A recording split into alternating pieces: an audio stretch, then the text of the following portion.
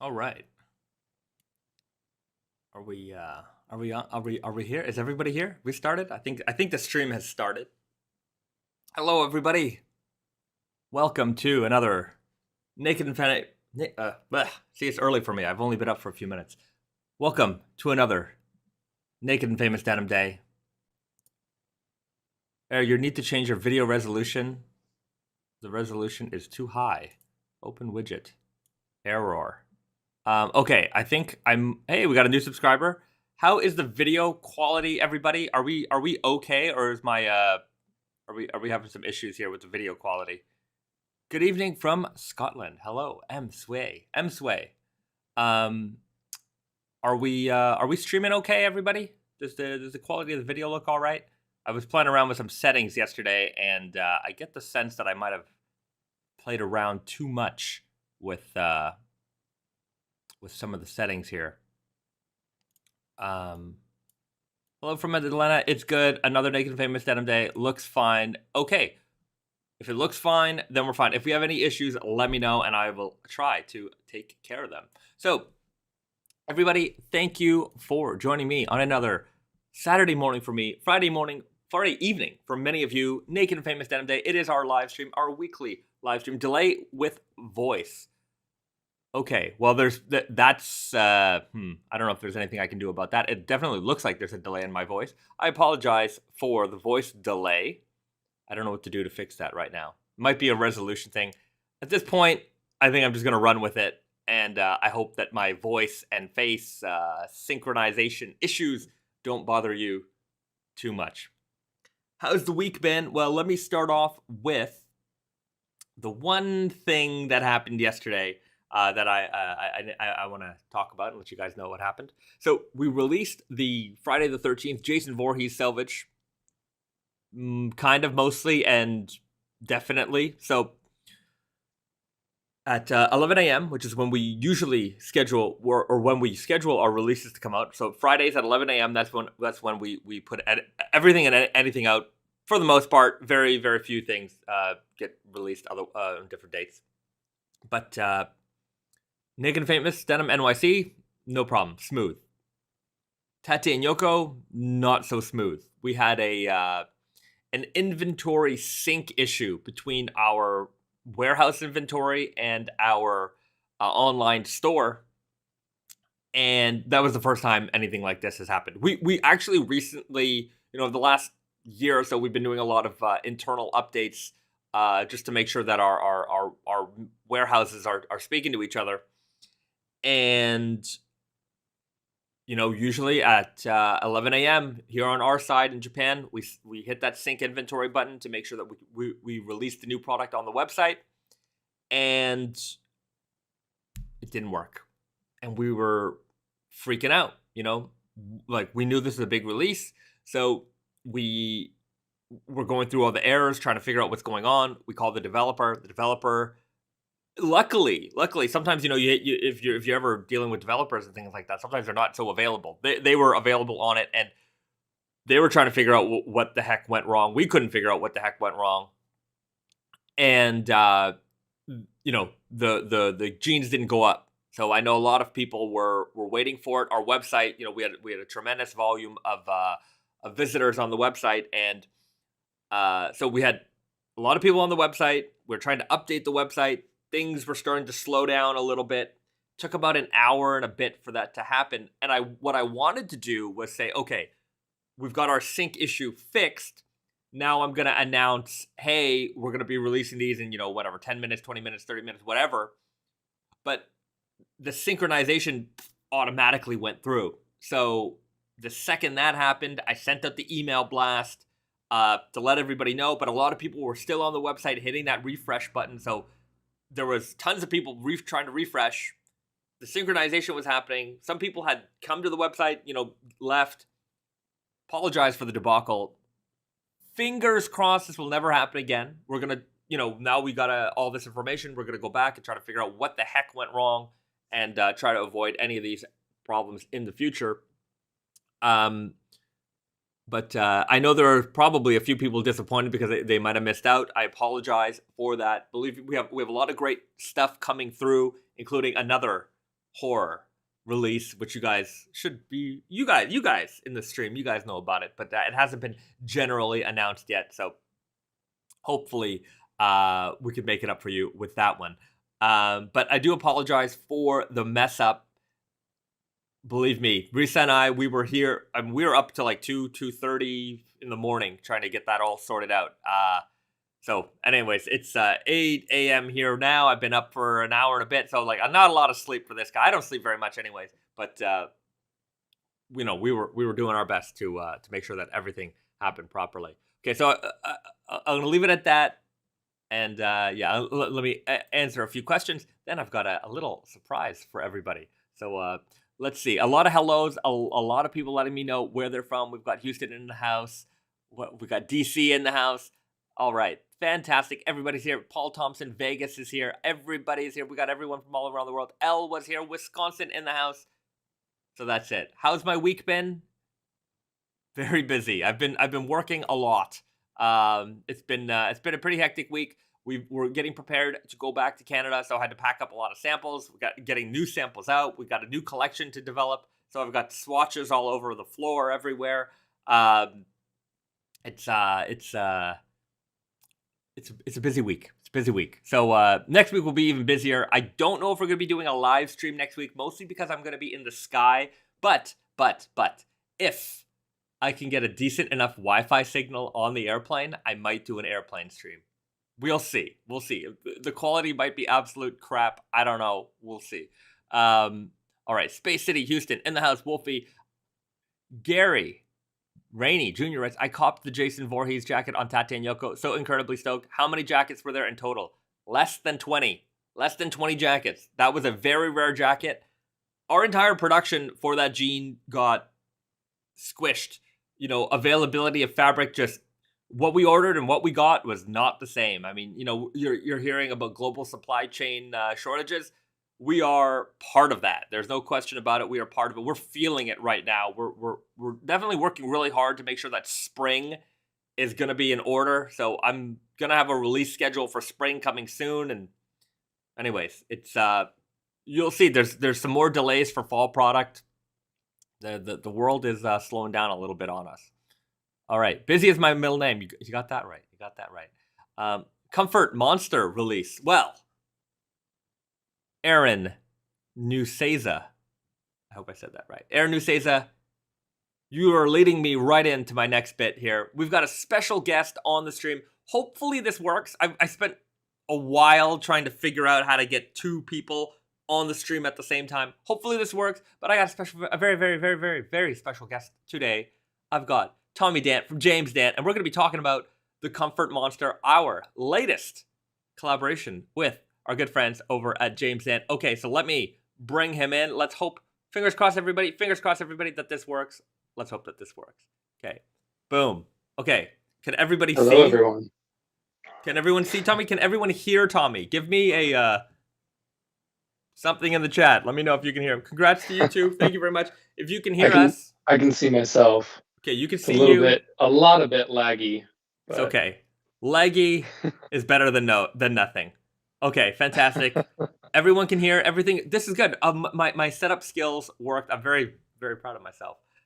Tommy, how's it going? Welcome to the Naked Famous Denim live stream. Man. It's good to see you. It's been a long time. Good to be here. I've been participating recently, and so it's fun to actually be on one. I wish it was a little clearer, but I think the multiple streams are kind of messing with it here. So yeah, we got a lot of streams going. We'll get you a better camera. We'll get you a better camera. That's next up for you. You'll be a regular guest here. Everyone wants to see Tommy.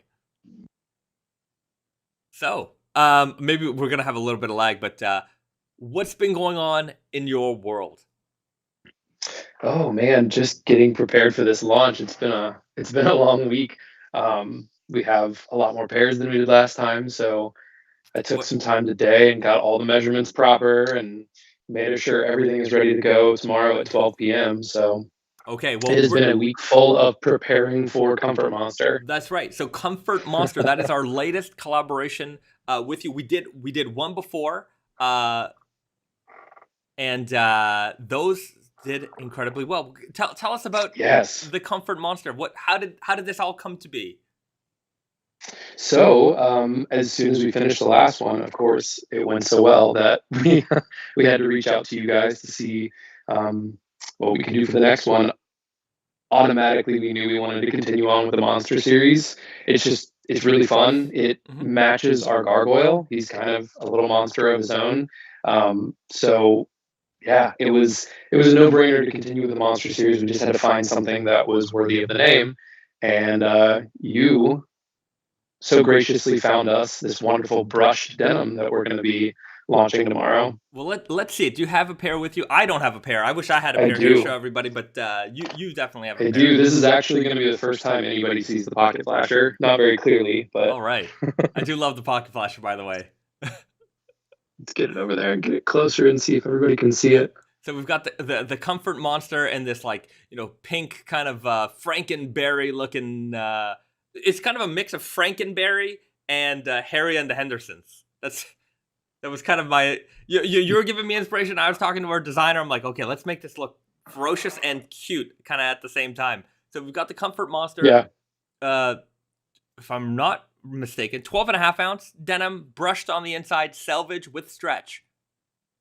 Yes. 2% power stretch, of course, the best stretch.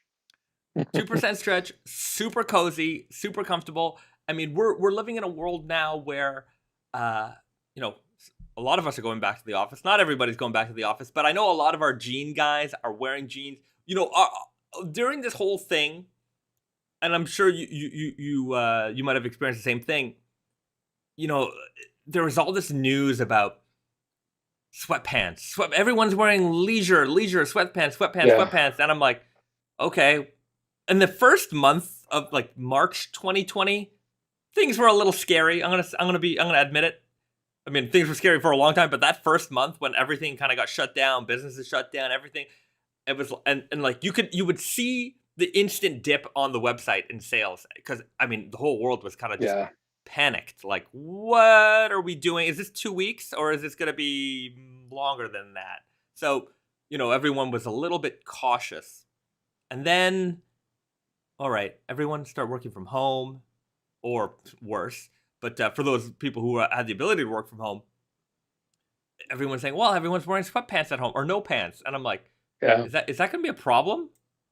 But for us, jeans, jeans, jeans. People were buying jeans. You know why I think that happened? The people who couldn't wear jeans to work now wearing their jeans at home. So Yeah. our jean sales went up, which was great. I mean, it kept us going. But just thinking about the situation we're in, comfort denim, like for us, comfort denim became a big thing because like you can wear your jeans, but you're sitting at your desk all day. You want to be comfortable. So, anyways, comfort monster had to pick out the coziest fabric we had for you. Yeah, I mean, that was the crazy thing, right? We came off of the last one being such a stiff, starchy, hard to break in pair, and people ate it up. It's what we wear a lot of the times too. Um, but we kind of had to break down those barriers to, get to this place where it was like not every I think I personally started wearing different pairs when I got home, stuff that was lighter. I would take off the elephant or I would take off whatever I had on to, finish my day in a lighter pair. I was like, why not go with something that has a little bit of stretch, a lot of bit of brush. Um, and Yeah. they seriously feel so insane. Even I took home a pair that was too tight and put it on, and I was like, this is tighter than I would probably ever wear a pair of pants, but Hmm. holy crap, they feel so good. Doesn't matter. They really wear like sweatpants, but they're gonna fade. They're still raw. We didn't have to wash them. We didn't have Hmm. to do any of these things that people do to make their denim feel this way. So like that's where I really started to feel good about a brushed stretch pair of denim was this is still raw. We're not hurting the environment. It's it's everything you would want in a raw pair of denim that is both comfy and you can still wear out in public. Right. I mean, this is part of the just general acceptance of the raw denim community of more options. For a long time, it's always been raw. Like by raw, they always meant 100% cotton, rigid, heavy, like the most uncomfortable fabrics. And I think we turned that concept on its head. Like it doesn't have to be that way. It can be, but there's this whole spectrum of options for you that we want to create. And the Comfort Monster definitely fits in. Like we're going from the original. What do we called it? The first one was called the what monster again? The Slub Monster. The Slub Monster. The Slub Monster, and then the complete opposite with the Comfort Monster. So I don't think anyone expected it either, and that was kind of the beauty in it. When you first sent the swatch, I was like, I don't know. I think people are expecting us to go bigger and heavier and starchier. And we sat down and we thought about it, and we're like, everything that we have that's starchy and heavy and unbreakable in the store right now is kind of sitting here because people are just not really, unless it's for a competition or something like that, people are wearing. I was pulling old tried and trues out of my closet. I pulled out the MIJ5s because they feel soft and they feel like this guy. Yeah. It just took 10 months to get there. So right. Instant comfort is definitely, like, we all need a comfort pair of jeans, whether that's a pair of jeans that we've broken in or something like this, like the Comfort Monster that you can get right away. It's going to be comfortable right away. We've got a couple questions. Aaron Newsica. I'm always going to screw up your names, guys. I promise you. And it's not, I can't read. Got the reading problems. Comfort Monster, what fits? Weird guy, easy guy, super guy? What do we got, Tommy? We have all 3 fits. All 3 fits. So you get them all at James Dant tomorrow at 12 noon. 12 noon. That's right. So super guy, weird guy, easy guy. And the next question is other specs for the Comfort Monster. Sanforized, temperature treated, etc. It is a 12.5 ounce stretch selvage, Sanforized, so you don't have to worry about much shrinkage. But these bad boys will give a lot quicker and easier than a 21 ounce pair of denim. So you probably we're kind of recommending that people size up based on the measurements we're getting, but that's only if you're afraid that they're not going to stretch out, which they are because they're 2% stretch, but they do have awesome bounce back, which Bezad can tell you all about. Yeah. So stretch recovery. But another cool thing is, so this fabric is Sanforized, and during the Sanforization process, there's the heat, there's the singeing. So, but the thing about the Comfort Monster, my brain is rambling. So during the Sanforization process, the fabric, it goes through like water and basically like a giant set of hot rollers, and it compresses the fabric, and then it gets singed. Well, no, it gets singed, then it goes through the hot rollers because the hot rollers kind of dry the denim at the same time. But you'll notice that this fabric is actually very hairy and like fuzzy. And how do you do that if it's gone through the Sanforization process? Well, the answer is because we actually brush the fabric after. So after the Sanforization process, there's like a giant comb that scratches the surface of the fabric and raises those cotton yarns up a little bit. So that's how you get that fluffy, really soft texture. If you want to see beautiful photos, head over to the James Dant Instagram. Tommy has always got the best photos of the game. Yeah, I can turn these inside out too, and hopefully even with the graininess, you can see. That's what I shot a video earlier for what is no longer IGTV because they've removed that feature. It's just really, yeah, it's kind of strange. I mean, you can still do it. You can do longer videos, but the tab is no longer there, and they got rid of the button. But I shot a full-length video describing all the details. So I will hold this bad boy up, and you can see maybe the inside. If I can find the camera here, I'm going the wrong way. Yeah, we can see all that wonderful, wonderful brushing. And all the little flecks of blue in there too, the indigo popping through. It's just gorgeous. Yeah. The other thing I really liked about this Bezad is the Selvedge ticker has this beautiful like stair-stepped zigzag that I don't think I've ever seen before. Right. It might be a little hard to see here, but see the ticker. Definitely go to the James Dant Instagram. His photos are the best. I've always complimented you about your photos. I wish I could just steal your photos and put them on our page. I think we do okay, but you're definitely you're very good at it. You and your wife, I believe, is taking all the photos. Yes. Yeah. So we have some exciting news coming in the future that I can't quite reveal yet, but it's going to get even better. All right. The content is going to be stepped up. And we will actually be sending out, sounds insane, but we spent so much of our time marketing through text when we were first in business because so many of our customers are local, but now that we've grown our brand locally, we've been working on an email list recently. So our first email will be going out tomorrow. Excellent. With some beautiful, I think, I've got to send this to you. We just finished it up, and it's fantastic. It's gonna. We did a little bit of artwork with the artwork within the email, so I think everybody's I'm gonna sure like it's gonna look gorgeous. I mean, your branding is always on point. I'm very envious. Very top shelf stuff over here. I always tell you this. I always gush over your products. I try my best. I wish I had. My brain. I wish I had. I remember that episode of Seinfeld. I wish I had shoehorn hands. There's. It was the haircut. Edward Scissorhands. That Jerry gets the bad haircut. I don't know. Anyways. That Johnny Depp. I always make me cry. And then he's like, Kramer's like, I wish I had shoehorn hands. But I wish I had more me's and more Reese's, and we could just have an army of us that are just constantly working for the 3 hours of sleep that we have to have. It really gets in the way. Yeah. Yes.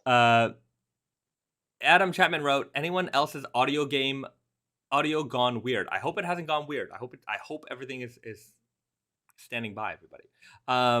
I think there's a feedback loop. I had it dual turned on where I could mute the YouTube and hear you, and it actually sounded pretty close for me. So maybe some accounts. Okay, well, I hope everything's working out, everybody, and if hopefully you're sticking around to the stream if there are issues. I hope that they're not. I really hope that they're not. Okay, let's hit up a couple more questions here. Let's see what else is going on in the chat. Adam Chapman wrote, working hours became prime fading hours. Definitely. A lot of people were wearing their jeans even more now during shutdowns and stuff than ever before. I know a lot of people are going back to the office with jeans. A lot of offices are getting that casual what's the word? Casual wardrobes, casual office environment. I never worked in a real office before, so I have no idea. But a lot of people are going back. They're wearing jeans. I'm hearing this a lot, and especially raw jeans, because they're clean. They don't have any there's no jazz all over them. So we tend our jeans tend to work well in that respect. Right, W5 writes, jeans wise, I ordered a pair of Elephant X a couple of nights back, looking forward to their arrival. Well, I hope you enjoy them. Hopefully they'll arrive very soon. The Elephant X is doing pretty well. I think on Tate and Yoko, they're practically gone. How are you doing with them, Tommy? They're doing really well. I'm still waiting for that final push from you guys after they're all gone. Right. Yeah, that tends to happen. The other thing that tends to happen is once the season is over, then I try to let people know our seasonal stuff it's one and done. Once we make it, it's gone and that's it. But some people don't get the message, and then or sometimes they find out late. I mean, I can't blame them for that, but there's always a big bump after the season. We've been trying to tell everybody as much as we can while also keeping it quiet about the comfort monster. It's a weird dichotomy. Yeah, try to be secretive, but also tell everyone when it's going to show up. Yeah, and make sure it lands in everyone's box. It's I have no secrets. That's my problem. Everything is an open book for me. I'm like, just yesterday I was we're having lunch with we were having a family lunch, and my wife's sister's husband. Anyways, we're hanging out, and I have his Christmas present figured out. I figured it out. I'm doing all my Christmas present shopping early. I'm just getting it all sorted out, and I was 2 seconds away from telling him what I got, and I'm just because I figured it out that morning. And I'm like, oh, okay. And I saw him a few hours later. I'm like, hey, you know what? I'm just about to buy you for Christmas. Anyways, I had to. This is where all the releasing everything 9 months early comes from. Yeah, just can't keep a secret. Can't keep a secret. Everything that I want to talk, I'm too excited. It all the information has to come out. But even when I have a secret, I try to Easter egg it out there so maybe somebody could figure it out, because I just don't want to. I just can't contain myself. You know, even with the Rick and Morty jeans with the Mr. Poopy Butthole, like in all of the Rick and Morty videos that I did, there was Mr. Poopy Butthole in the background, and some keen-eyed individuals figured it out. But that one was an actual secret that I held for a while. But even then, I can't contain myself. Yeah, it seems like I'm the one kind of reverbing for them, but I don't know why. No idea. Little echoey. Little echoey, huh? I don't know what to say. I will definitely have to look into that for the next guest stream. I appreciate you guys hanging out and, you know, tolerating it, but I'm not a technical wizard, just a denim wizard. I will figure it out though. It took me a while to even get this set up, but we'll do that. Tommy, what else do you got to say? What else is happening in your world? Oh man, I don't know. I should probably tell everyone all the beautiful details. I can't really hold it up, but for all the people asking the questions, there's going to be a beautiful suede patch that is a pass-through patch for the belt. We've got copper hardware throughout, Oxford orange for the stitching, and then the inseam and the hem are a gold color. Red Selvedge ID, brushed inside, 12.5 ounce Selvedge, and that's about it. It goes live at 12 o'clock tomorrow. And yeah, I think that's about it for that. All right. What else I've got going on in my world is I am frozen. You are frozen currently. Uh-oh. Oh, nice. All right. Wait, okay. What did you got frozen at? Here's what's going on in my world. We are crazy busy, so we've got just a lot going on, a lot coming out. This year has been one of the wildest, most amazing things. I want to thank all the fans that are constantly in these chats and keeping up with us. Like it's just been a really incredible year for us. So we're extremely grateful. If everyone can hear me. All right, there was a tip in the chat to mute myself in the video stream, and hopefully that is clearing up any audio here. You're muted. No, I don't want to unmute my microphone, but now there we go. Okay. Does that sound better, everybody? We'll see. No, stop it. I don't want the little sorry. Okay, we'll figure it out. We're doing okay? Lots of echo from Dan. I guess I should probably say peace out because I hear you now, Bazad. Oh, right. Okay, so we'll sorry about that, everybody. Sorry. We'll figure this out. We're gonna get better at this technical stuff every week. So I guess we'll leave it at that. Tommy, thanks so much for being on the stream and dealing with the few technical difficulties. And we'll see you soon. Everybody, go follow Tommy on Instagram. Tell us where we could find you. I am the guinea pig, but I'm happy to be. It is James Dant _ purveyors on Instagram. We're on every other social media, so if you know how to Google, you can find us. JamesDant.com, and we have a new website that links to our current website where you can see even more pictures. We want to give you more content, so visit jamesdant.blog. Keep an eye out for that release tomorrow at 12 noon Eastern Standard Time. All right. Fantastic. Well, thanks so much, Tommy. I'll talk to you real soon. Hopefully I'll see you real soon. It's been too long. And have a great evening. You too. Thank you for having me. See you, Tommy. All right. Well, wasn't that fun, everybody? I hope that you enjoyed that. I'll try to have more guests on, and I'll try to have better quality streaming going on. Like I said, I'm not the technical wizard here. I'm just the denim wizard. But I will figure it out. Last night it took me a while to even get that set up. So, anyways, just fooling around, learning the details, learning the ropes, and I'll have some more guests. It'll be fun to have some alternative voices on the chat while we do these streams. All right, let's answer some questions. Joy D writes, a little bit late for me to ask this question, but I think I might be able to answer it. James Dant, do you have several of each size, or is it very limited quantities? It is going to be quite limited. There's I think less than 100 pairs for all 3 fits. So there's multiple sizes per fit, but not very many. That was a less than 100 unit run for all the fits. M say, thanks, Tommy. Good luck and stay safe. Well, hopefully Tommy's still watching, and he's definitely hearing that message. Smoke, why was the Okayama Spirit 4 retail 188 and the Okayama Spirit 5 retail 218? Is that the only change was the color? It's more money for the same fabric? Yes. So, Okayama Spirit 4, indigo by white. Okayama Spirit 5, indigo by black. You got to pay for that black dye. Like, we're very transparent when it comes to pricing. What we pay, we have a multiplier that we apply, and that goes out to you. If we save $1, you save $1.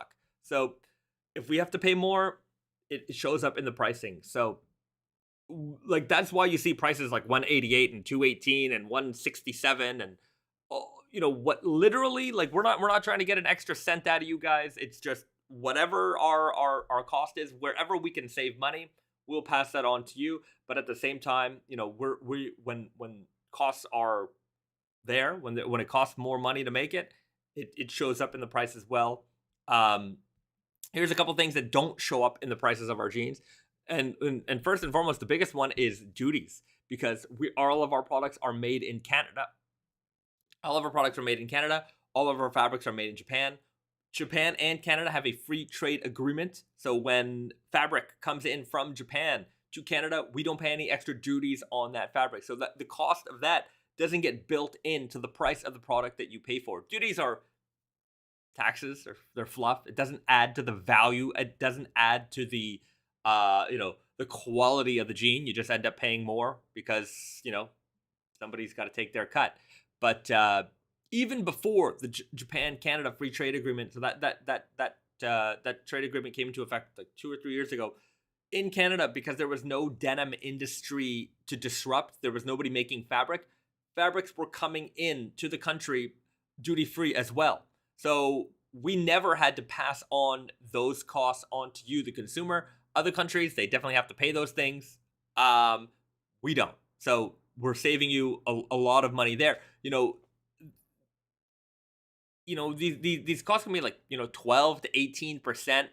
Then you add the multiplier of just the business structure.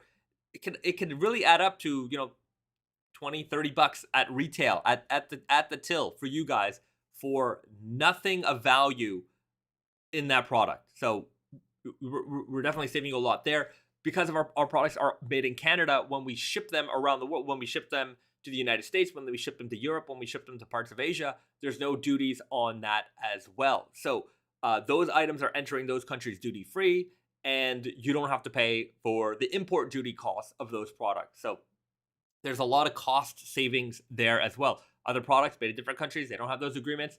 You're paying for it. Those costs are built into the price of the product. Doesn't make the product better, just makes it more expensive. So whenever we can save you $1, we will. Like, we don't like. Just here's a good example of how we save you money. I feel like an infomercial for a large chain store, but we create all the content. Like, we don't have a photographer that is going out and create like this. We shoot it around my house, around my area. Like, we just, whatever we got, we do it. Like, I don't want to spend the money to pay. Maybe one day when we're big and I already don't have the time to do most of the things that I do. I just, don't sleep. But we do it because I don't want to add costs. I don't want to add unnecessary costs. If we have to hire a shipping guy, of course we need a shipping guy. Somebody needs to ship the goods out for you. But if we can save on certain things, we will certainly do that. So our aim is always to deliver best product, best price. Price is very like something we're tied to. And I know that our jeans aren't cheap. They're not inexpensive. They're very expensive jeans, but they're not the most expensive. There are certainly products out there I wouldn't even say they're in our quality caliber, but maybe you might say that they are. But they're putting up products at 30-40% more expensive than what we are. And it's not because they're better, because they don't have the cost saving structure that we do. We also own and operate our own factory. That's a huge advantage that a lot of people don't have the luxury of having. They have to use a third party factory. They're paying, the margins to have somebody else do that for them. We do everything in house. We do it all by ourselves. Right, W5 writes 20% import VAT here in the UK. VAT and duties are two different things. VAT is like sales tax. You can't avoid the sales tax. That's just, government wants their share. Import duties is basically the tax on import. So you might, like, a retailer will end up paying, like, when they're bringing in a product, that the retailer always pays the VAT, but then they charge the customer the VAT, so it always balances out. The import duties, that's just tax on the products or raw materials that are coming in.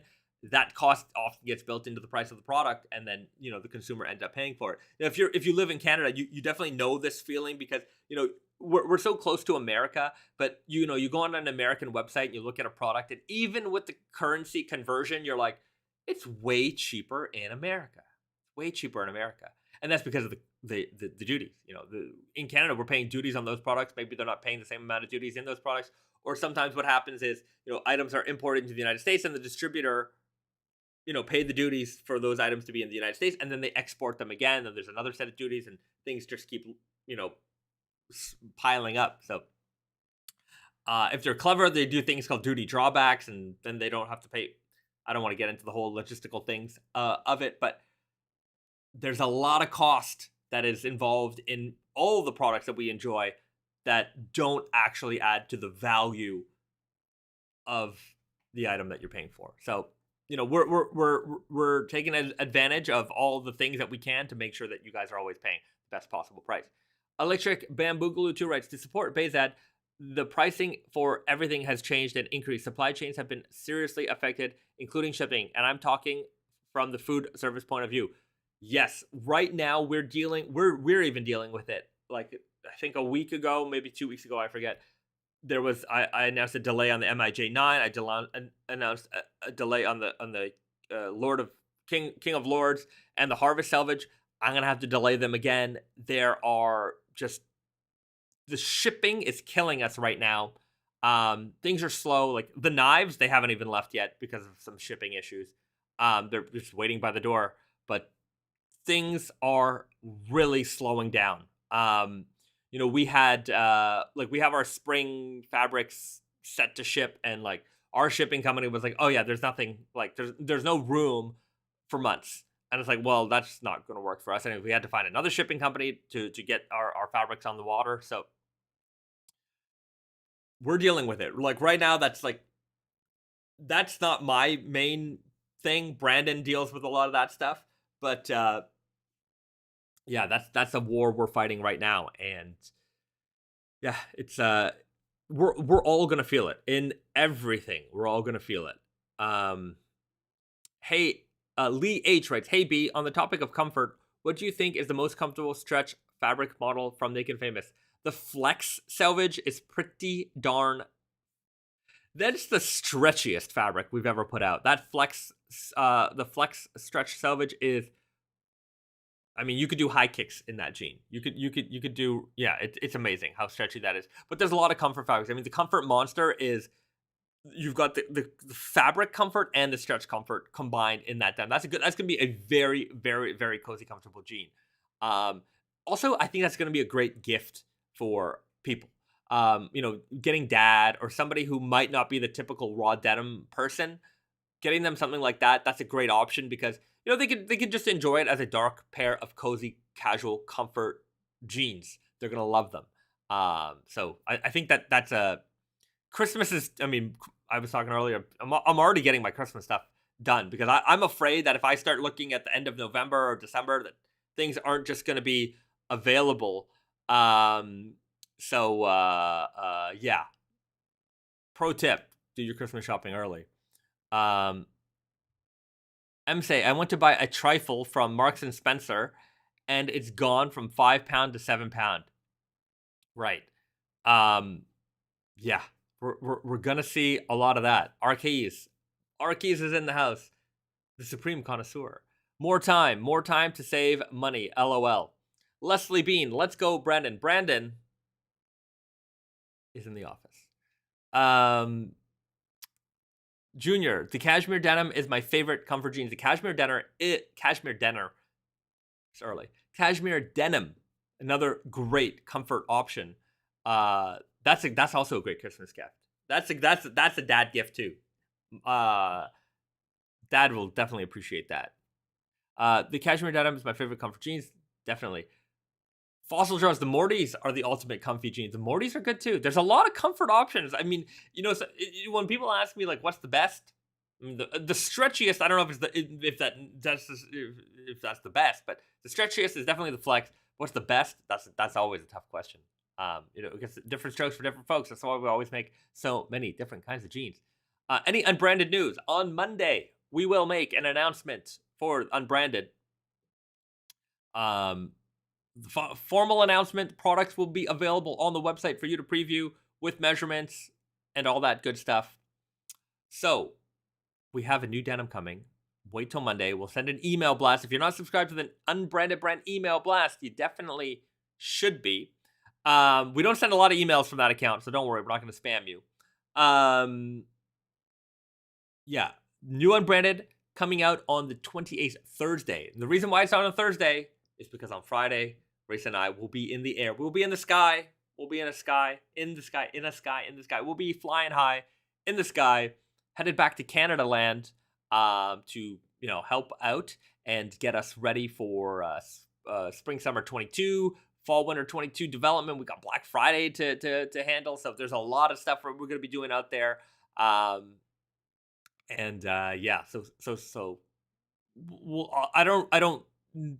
I'm like 10% sure I'm going to be able to do a live stream next week. Don't count on it. Maybe I'll do a Thursday stream. We'll see. But Friday, 90% sure I'm not, unless there's a great Wi-Fi connection on the plane. But even then, I wonder if they'll be annoyed by me talking for 2 hours. And in a dark airplane.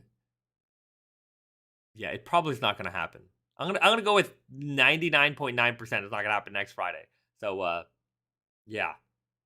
Fossil Draws right. Space said, are you excited to head home after being in Japan for so long? This is my home.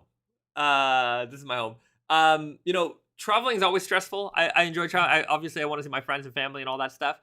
But I do enjoy my home. I love wherever my home is my home, and I love being home.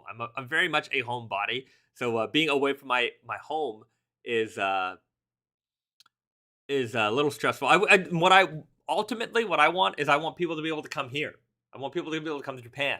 That's what I want. Any update on the knife release? The knife release, no update yet. We're having trouble shipping them. We're having trouble shipping the knives, but hopefully we can get that sorted out this week. We've been dealing with FedEx all week for this. There's just one of the many problems we have to deal with, but we're gonna try and get that out soon. And then once we have it, we should have it. If we can ship it next week, it'll be in Montreal in the next couple of days.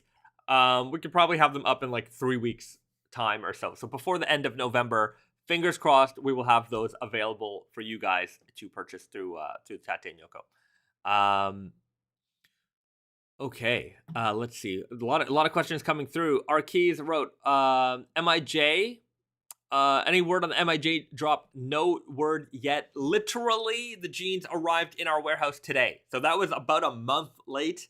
The jeans arrived in our warehouse today. We will probably have them available in the next 3 to 4 weeks on the website. So we have to ship those out to our retail partners, and then we'll reschedule the release for that. So you guys might have just got Snowy over here, my little cat. He's hanging out. Come on. Okay, Junior writes, what snacks are you getting in Canada? What snacks am I getting in Canada? That's a good question. I definitely want to, there's a lot of chips that I want. I want like sweet chili heat Doritos. They don't have those here. Spicy snacks, but there's a lot of breakfast cereal. Like they don't really do breakfast cereal here in Japan, at least not in the same level. I mean, there's a couple, you get like Frosted Flakes, and they just released their version. It's Kellogg's also, but Fruit Loops, but they call them Unicorn Loops. Don't know why. And they're only like pink colors, so you don't get the full rainbow spectrum there.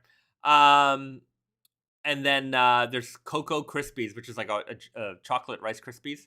But yeah, they don't have like Captain Crunch or Count Chocula or Monster Mash or any of that stuff that I really want. They don't have that here. So when I come back here, I'm bringing back like tons of boxes of cereal. Cat stream. Say hi, Snowy. Say hi to the world.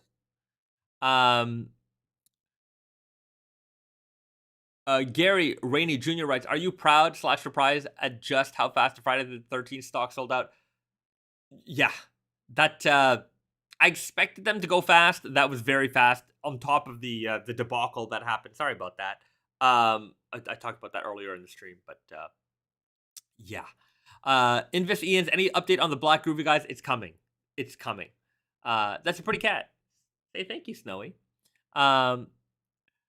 Arkeys, Bolabus, cereal for Christmas. Got you. LOL. Thank you, bro. I love breakfast cereal. America's got better breakfast cereal than Canada. We don't get them all. You guys get them all. A lot of people, when they think Japan, and maybe they've seen a lot of stuff on YouTube about Japanese convenience stores and snacks and things like that. Trust me, they have a good variety, but America has really stepped its game up in like the last 10 years. There's just so much amazing snack products in America that we don't get in Canada, but it's annoying because we get a lot of like American ads on TV, so we know exactly what you got, but we don't get to have it. Faizad, what shirt am I wearing? This is an old chambray. I don't know, must be 5 or 6 years old. But yeah, I want to do more like just casual denim shirts like this. We're developing fall winter 22 right now. There's gonna be stuff like this. Junior, Cinnamon Toast Crunch is king. It's not my favorite. Oddly enough, whenever I have this breakfast cereal debate with people, everyone tells me Cinnamon Toast Crunch is the best. And I'm like, Captain Crunch is the best. Corn Pops also very good. Corn Pops, high quality cereal. Lucky Charms. Cinnamon Toast Crunch is not in my top 5. Definitely not. But a lot of people love it. I understand a lot of people love it. Reggie F. Matrix Denim. Yes. So when we get back to Canada, we're gonna be shooting. You guys already know. This is the formal announcement hasn't gone out, but you guys already know. Matrix, Nightmare on Elm Street, and I hope for those people who watched the Jason video I did, you hopefully you got that little hint. Some people in the comments got the hint. I appreciate that. But yeah, Nightmare on Elm Street and Matrix. So we've got 3 more movie themed jeans. There's 2 jeans for the Matrix, 1 jean for Nightmare on Elm Street. Those will all be coming out by the end of the year. So content will be created when we're in Montreal. We're gonna have the formal announcement. We'll have the release dates, and we're gonna have some more jeans for you guys to enjoy. Cram 718 just watched the entire Nightmare on Elm Street series last weekend. And any release updates on the release? Well, the release update is that it'll be up before Christmas. And I hope you enjoyed the entire series. It's a long series. Good series. New Nightmare. The first one and New Nightmare. Those are the and Dream Warriors. Which one was that one? Was like part 3? I just like that the theme song for part 3. I don't even want to try. It's like my voice doesn't work that way. But look it up. The Dream Warriors by Dokken, Dokken, I think, something like that. J Ho Lee. So MIJ9 is delaying once more at Tate as well. That is right. So it is being delayed once more. Arkeys, details on the Freddies. Yes, I will show you. I will show you the fabric. I have the fabric in Montreal. We got the samples. I didn't get them to send it to me because I'm going to be there soon anyway. So I'll be showing. Well, not next week, but the week after. I will show you guys the physical Matrix and Nightmare on Elm Street samples, so you guys will see them first. Pedro Cortez, Honey Bunches of Oats and Fruity Pebbles, Corn Pop. Fruity Pebbles are great as well. Fruity Pebbles. Luis Cicada, Back to the Future, Vintage 50s, Blue, Futuristic Theme, and Western themes. I would love to do a Back to the Future denim. I want to make Uh, I love doing the movie stuff. I love doing the movie stuff. It's very fun for me. So more of it is definitely coming. Um, what about an Adam Curtis collar? I don't know what an Adam Curtis collar is. MSay writes MSue. Every time I read it, I'm like, oh, sorry, I apologize. Um, what about an Adam Curtis collar collaboration? I don't know who Adam Curtis is. Um, Cereal capsule collection would be tasty. I would love to do a cereal capsule collection. I think that would be a lot of fun. You know, it would be cool to do cereal and Saturday morning cartoons. You know, or cereal Saturday morning cartoons and wrestling. That was definitely my mornings, Saturday mornings a lot when I was a kid. Just cereal and TV. Uh, Mohammed Rakib Darul. I'm sure I screwed that up. My apologies. How about an Evil Dead Army of the Dead movie collab? I would love to do Evil Dead. I think that's a lot of fun. Evil Dead, Halloween, Hellraiser. Like there's a lot of like a Child's Play. There's a lot of horror stuff I would love to cover. Like Night of the Living Dead, Dawn of the Dead kind of thing. I'd love to do Back to the Future. That would be so fun. I know there's some Back to the Future fans. People asking out here. Yeah, Kill Bill, Tarantino stuff, John Carpenter stuff. I would love to do so many. Anyways, we got a long history. We gotta have a long future ahead of us. All coming. We're gonna make it happen. Bayzad, you mentioned scratch and sniff denim. Sounds perfect for cereals. That would be fun for cereals to do a scratch and sniff breakfast cereal. But I think, like just there's so much that you can work with the cereals to make a great denim. So, anyways, I'll try to contact General Mills, the good people like Kellogg's and General Mills, to see if we can make some breakfast cereal Selvedge. Breakfast cereal Selvedge. That would be cool, man. That'd be really cool. M-Sway, OMG, Django Unchained would be crazy. I don't know how that gene would work. That'd be crazy. Yeah. Django Unchained. Once Upon a Time in Hollywood, very 70s theme, 60s themed. Kill Bill. That's Kill Bill would be amazing. I don't know what I would do for Pulp Fiction. Did anybody wear jeans in that movie? I don't think so.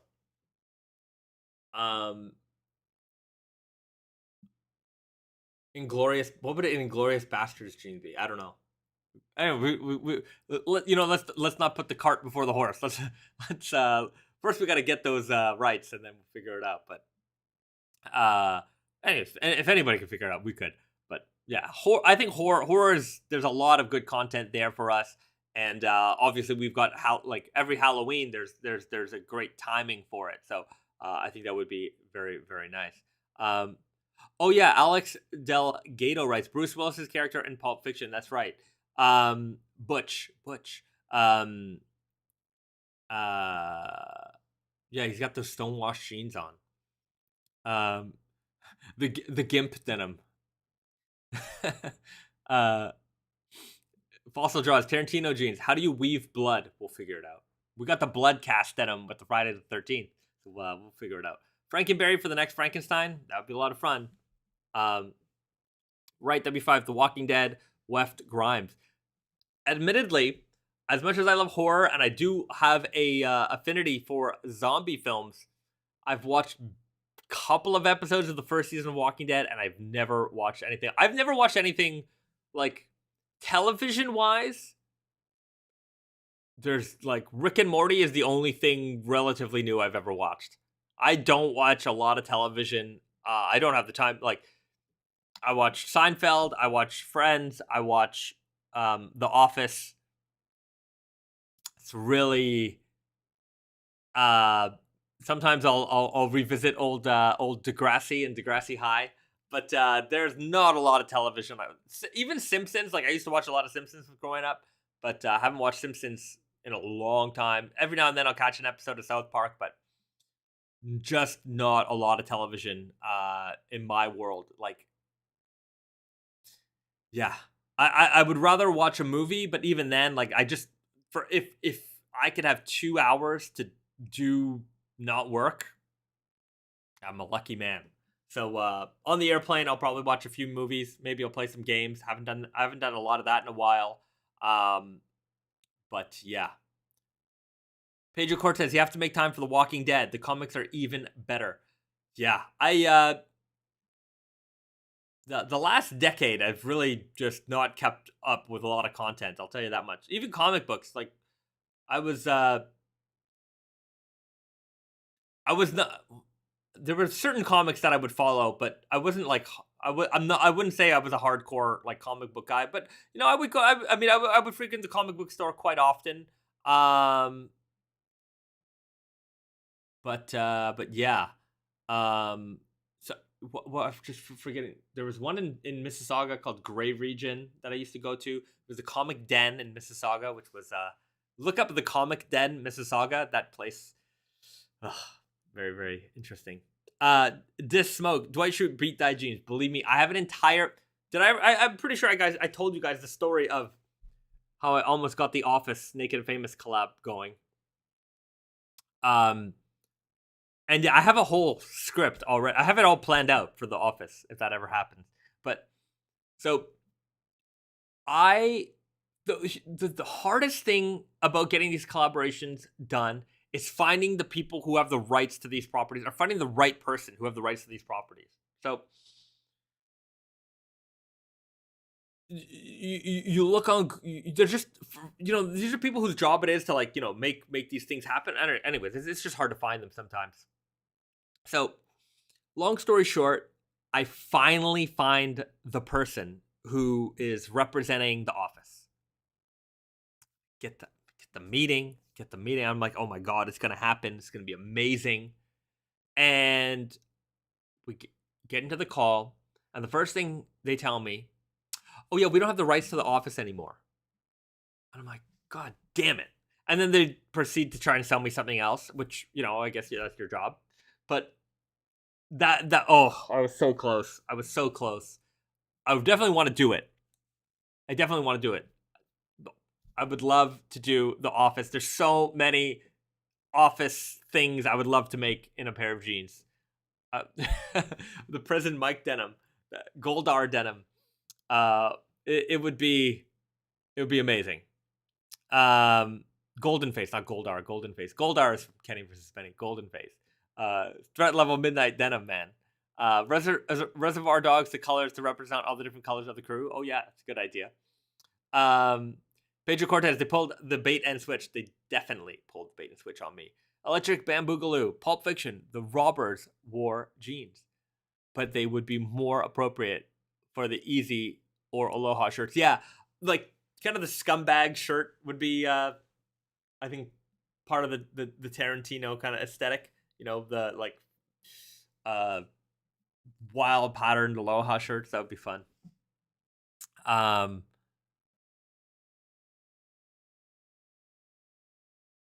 All right.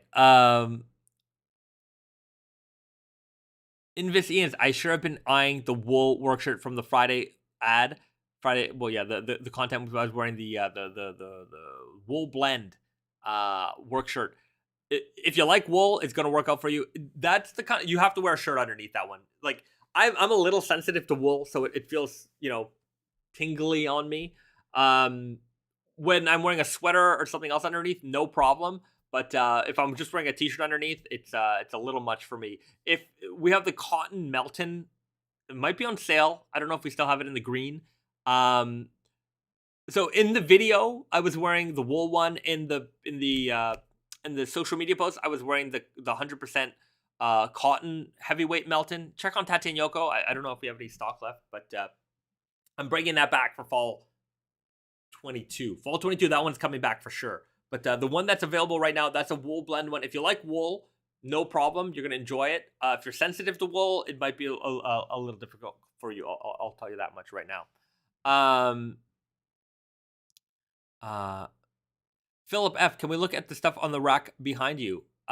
We probably have seen it, but it would be cool to look at again. There you go. You got a good look at it.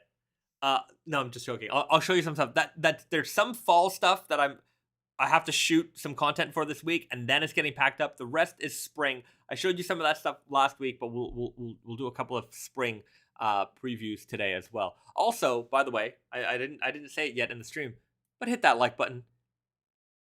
Hit that like button right now. Let's get the likes of this video up. If you're watching this video right now and you like this kind of content, hit the like button, show your like, and it'll help other people who like this kind of content find this kind of content. So it really helps us out. It also helps build our follower base. So hit the like, and if you haven't subscribed, then you definitely need to hit the subscribe button, and then you'll get a little icon in the corner that shows up, and it'll be just for you. All right, so we'll do that.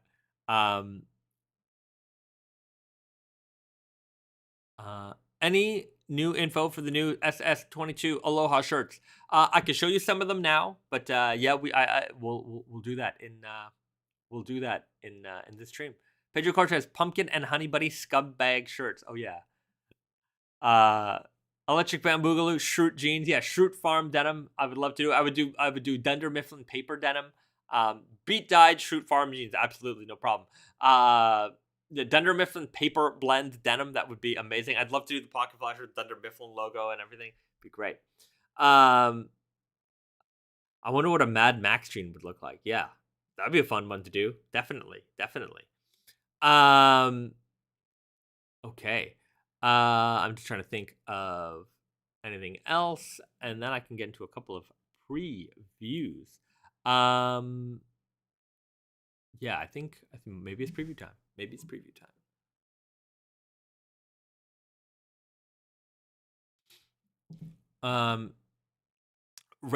Gary Rainey Jr. writes, the Iron Snail took the Jason jeans to the scene of the crime. What an excellent video that was. It was a great tribute to the work you put into the jeans.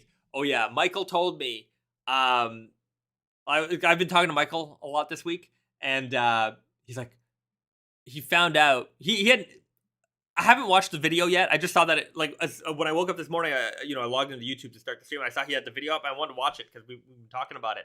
So I've been very excited to watch that video. If you go over to Iron Snail, everybody go and subscribe to him. He makes some really, really good content. And anyways, I sent him a pair of the Friday the 13th jeans to get his reaction on that one, and he had never watched the movie before. And I'm like, you need to watch the movies. And then he got into it, and he's like, yo, where they shot the movie is not very far from where I live. So we went all the way down there. I'm like, dude, I'm so envious. I really would love to go and check that out. And anyways, I'm very excited to watch the video. Yeah. It's a name, right? It's a name. Why is there such a color difference between natural indigo loom state and natural indigo Selvedge denim?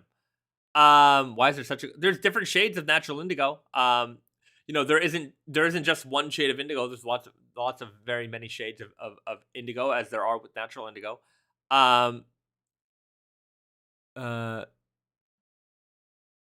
Joey D, do you have the heavyweight natural seed for SS22 that you could show by any chance? Yes, I have it in the jacket behind me, so I can show that to you. Show it to you right now. We got Aaron Chapman. Subscribe to the channel, everybody. Aaron's the man. Thank you for showing your love and subscribing to the channel. Okay, let's show off a couple of things. I'll start off with the we call it the raw cotton slub. Okay, let me get that.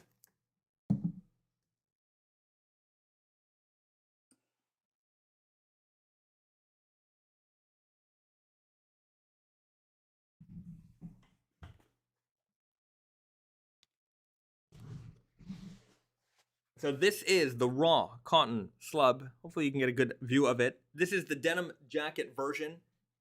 I think this is going to be a very, very popular item. And you can see just how slubby this denim is. This is something you certainly don't expect from a natural cotton, natural seed denim.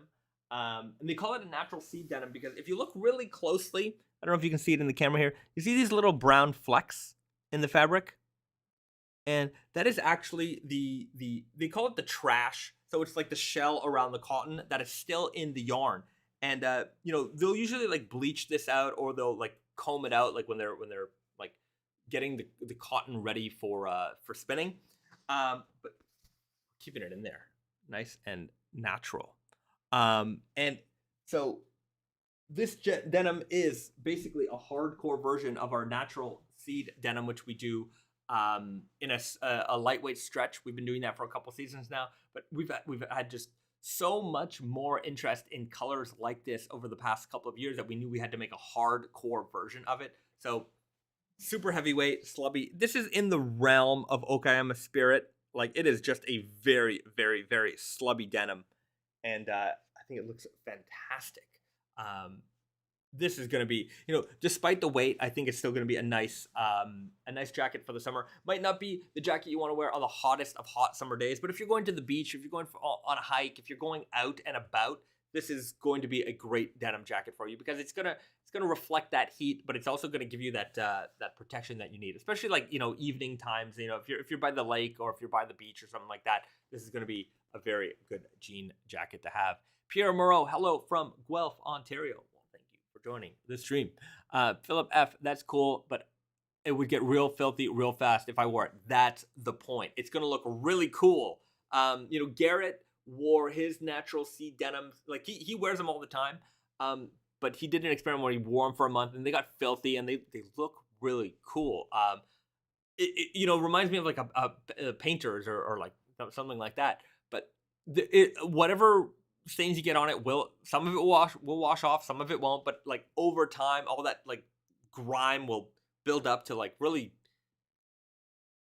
give this jacket a very unique look. It's not very much unlike fading a jean, except instead of removing dye, you're adding dye, grime dyed denim.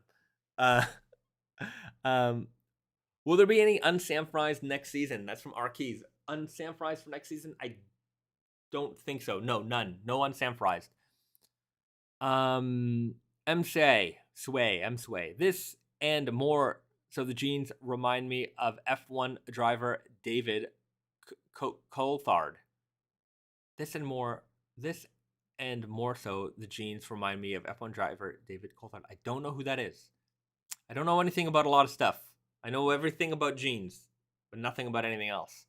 I don't know everything about jeans. What's the weight on them again? The raw cotton, these are 16 ounce, so heavier weight. How's the sizing? I have pretty long arms. I've got monkey arms. And these are no problem. We've never had an issue anybody saying our jackets are short in the sleeves. We're very much catered to a North American body type. So I know you might find some repro jackets out there that don't quite fit some body types, but for me, I've got long arms, and you can see there's no issues here. Let's continue the stream in the jacket. Any plans to make a non-indigo color denim like with brown, olive, or other workwear inspired colors? Yes, we have a whole batch of non-indigo denim options coming for the fall. There will be exactly what you said. We're in synchro here with our mindsets. A lot of stuff like that coming. The more jeans and cereal, wrestling, movies, all the stuff that I like just ends up in the denim. So if you like what I like, you'll like the stuff that we make.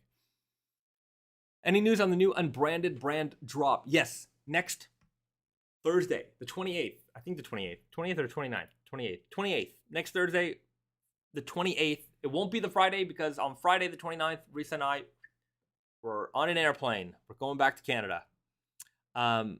16 ounce, I'm sold. 18 ounce duck next. I'm working on a heavyweight duck.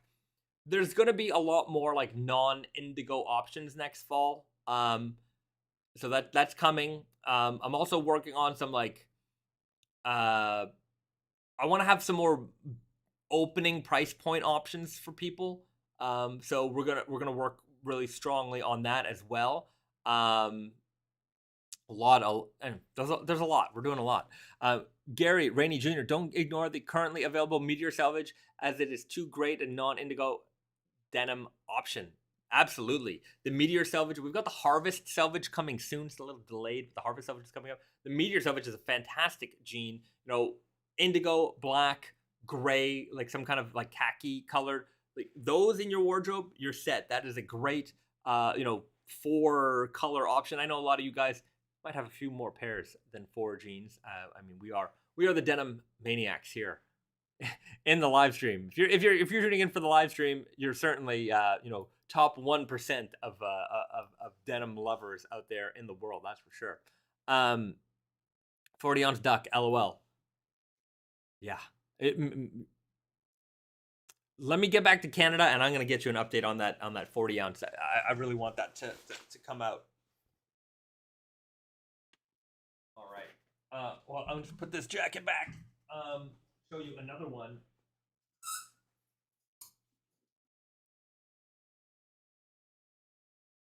This one. So this is, I showed you guys this last week. It's called the Mainline Selvedge. So we have this available in denim, in a jean. It's a 10 ounce denim, dark kind of indigo with a gray interior. This is a repro fabric. So this is basically, I had a super vintage pair of overalls and we reproduced the fabric from scratch. So look at that. It's kind of got this cross-hatchy look to it. And this nice blue, a lot of nep detail in the fabric as well. Not the great, I mean, hopefully you can see it nicely here, but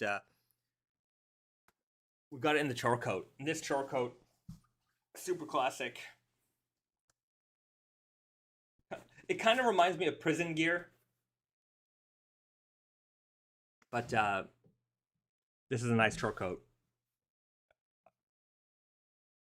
This is, you know, you put enough wear on this, the fabric is going to lighten, like loosen up a lot with wash and wear. This is going to be a very, very beautiful chore coat when this comes out. I'm looking forward to this one for sure. You can, especially because this one is very cross seasonal, you know, you can wear this in the spring, you can wear this into the fall, no problem. This is just your classic workwear style chore coat. 90s rap videos. Yeah, this definitely gives me 90s rap video vibes. You know, if you pair it up with the jeans real loose, then for sure.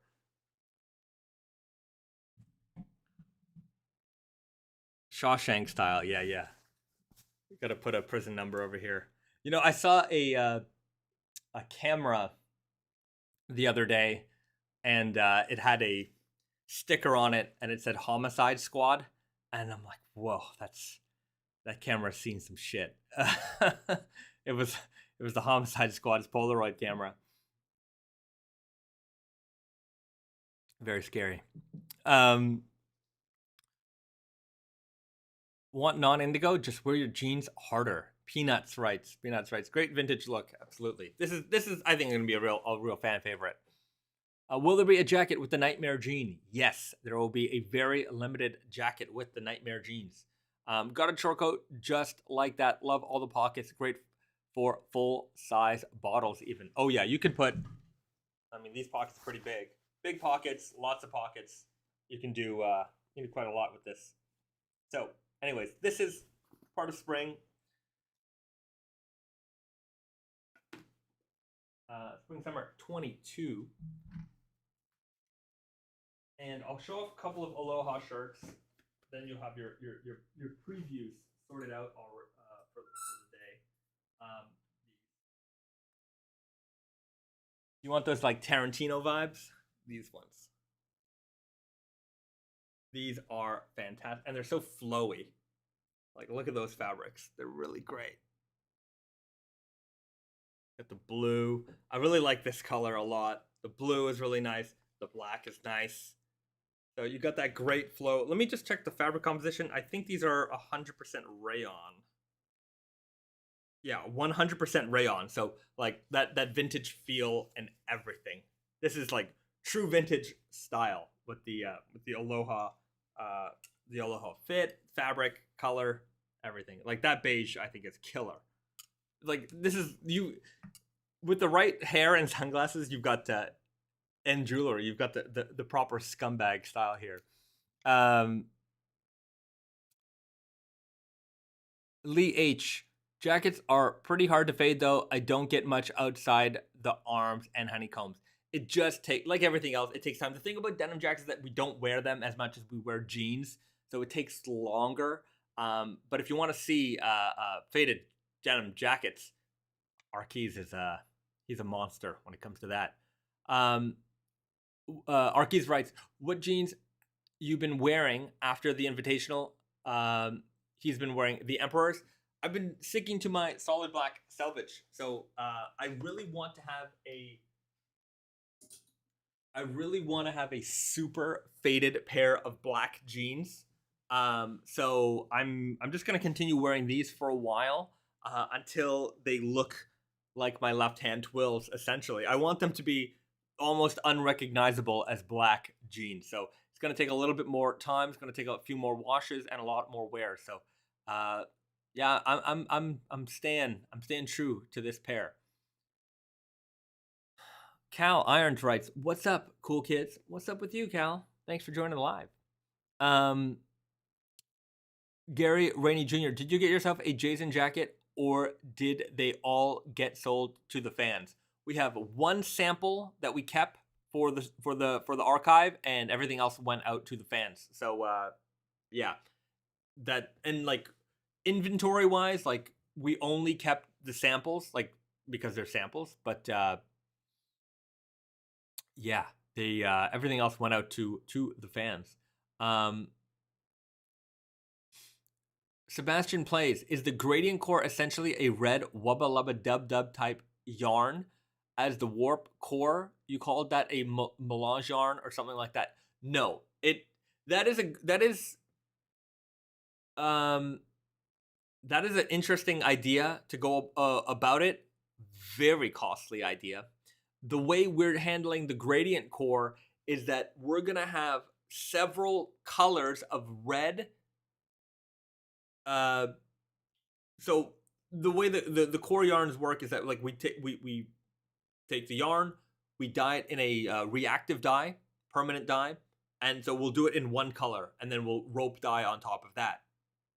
For the gradient core, we're gonna do many different colors of red as the reactive dye. So we'll have one batch of like one particular shade of red, we'll have another batch of another shade of red, another batch of another shade of red, and then we'll mix all those batches of yarns together, rope dye them, and then it's covered with the indigo. So when it fades, it's not going to fade to just one color of red. It's going to fade to many different colors of red because there's many different colors of red to start with. So that's the gradient core. Why is there not a Selvedge shirt? You know why? I don't think the value is really there. You pay a lot more for a Selvedge shirt. You pay so much more for a Selvedge shirt, and I just don't think that it's worth it. Yeah, that's basically it. Like oftentimes on a Selvedge shirt, the only Selvedge you get, like you get a little bit like here, they put a little piece of like we've done it before, but you get a little extra piece of fabric here that shows the Selvedge edge, and you pay so much more for the fabric. I don't like, it will push the shirt prices into the high 200s, low 300s for a Selvedge shirt. Like making a shirt like is quite, you can see like it costs as much as a pair of jeans, many of our shirts. So I just find with Selvedge shirting, the price is just so high that it doesn't, there's just not as many people that care about Selvedge shirting and are willing to pay that giant price difference. So yeah, that's why there's not a lot of Selvedge shirting. I tend to avoid it because I just, there's so many fabrics out there that aren't Selvedge they're incredible, they're beautiful, and if we were to make them Selvedge, yeah, they'd be double the price. It would be ridiculous. So, and like Yeah, it's not unlike like a pair of jeans, you know, there's a much longer history with selvage denim that we're tapping into there, but like selvage shirting, not so much. I just don't find it to be like, one of these desirable, you know, vintage details that people are looking for. Um um Black gray. Why only has this is why only has like one gray denim option. I'm not sure what the question is. Maybe the question is like, why aren't there a lot of gray options? I guess we used to have we had the gray selvage has been in the collection forever. We have another jean called the black by gray stretch selvage, which is a very charcoaly jean. We used to have a jean called the charcoal selvage. Now we have the meteor selvage. So there's always been some amount of gray options in our collection. Um, yeah, I mean, we've never not had a gray option. We've always had a gray option. Like we, in fact, like now we have two, like the black by gray and the gray selvage have been around for a long time. So more than, I mean, look to anywhere else. They don't even have one. So we've got more than one. We got you covered for gray. Um, um, Arkeys writes, you should have went with the trunks or the booze. Mine are basically grayish white. Yeah, that is the trunks or the Majin Buu denim is a very, very fast fading black selvage denim. If you're looking for a black selvage denim that fades fast, check those out. Did anyone actually buy the Raver guy from April Fools? Yes. We sold a couple of pairs, not for I think 2 or 3 pairs. But yeah, we sold a few. Evan Kellner, how is a shirt different than a jacket from a construction standpoint? I would like to think it would be cheaper compared to a jacket. There's a lot more. Just trying to think, construction standpoint. I couldn't really tell you the exact differences. The jackets I know that we make in our own factory. That's not really a problem. The shirts we actually have to use a separate factory to make these. But I'm sure that there are more details about construction for our shirts than there are for jackets. I know that the machinery involved is completely different. I don't know.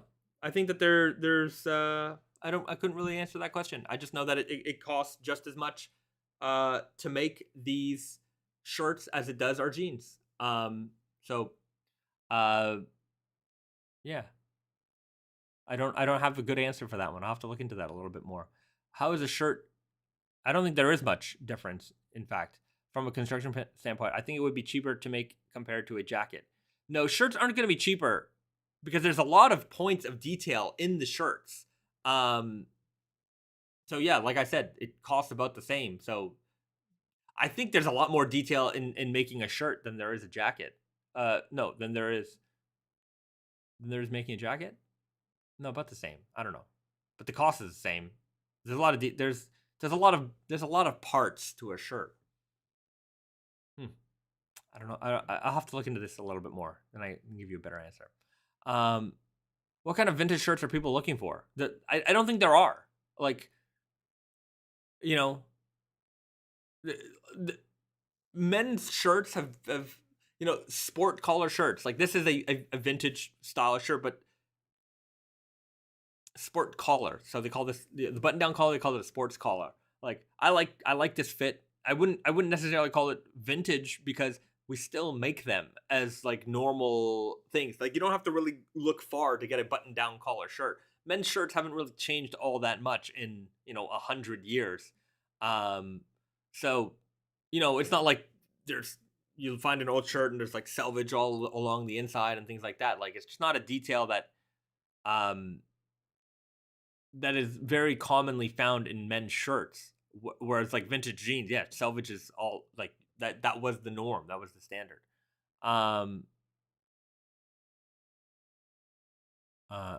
M Sway, the shirt pattern is more intricate, that's for sure.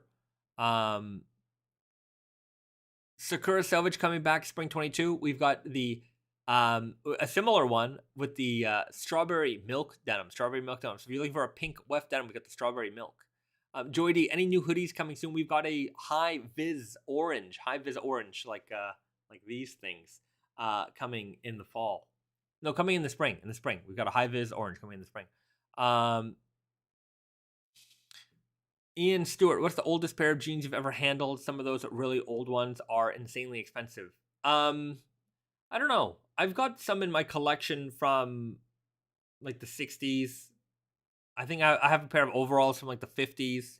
So that old, probably. I've never handled anything that's like 100 years old jeans wise, but I've definitely handled fabrics and indigo like materials that are older. I once went to the Big John archive, and they had some of their original jeans that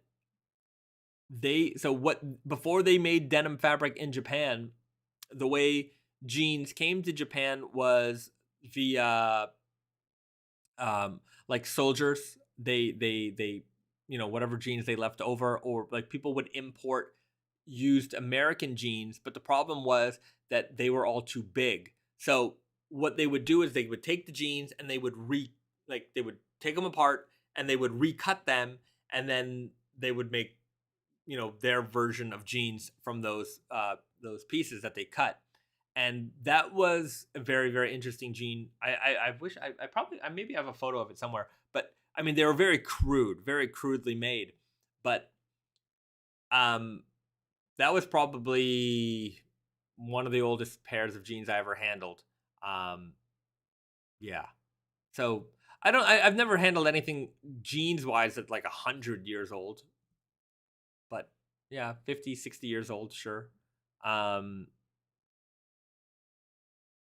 Yeah, but I've handled fabrics that are older than that, no problem. Yeah. Um,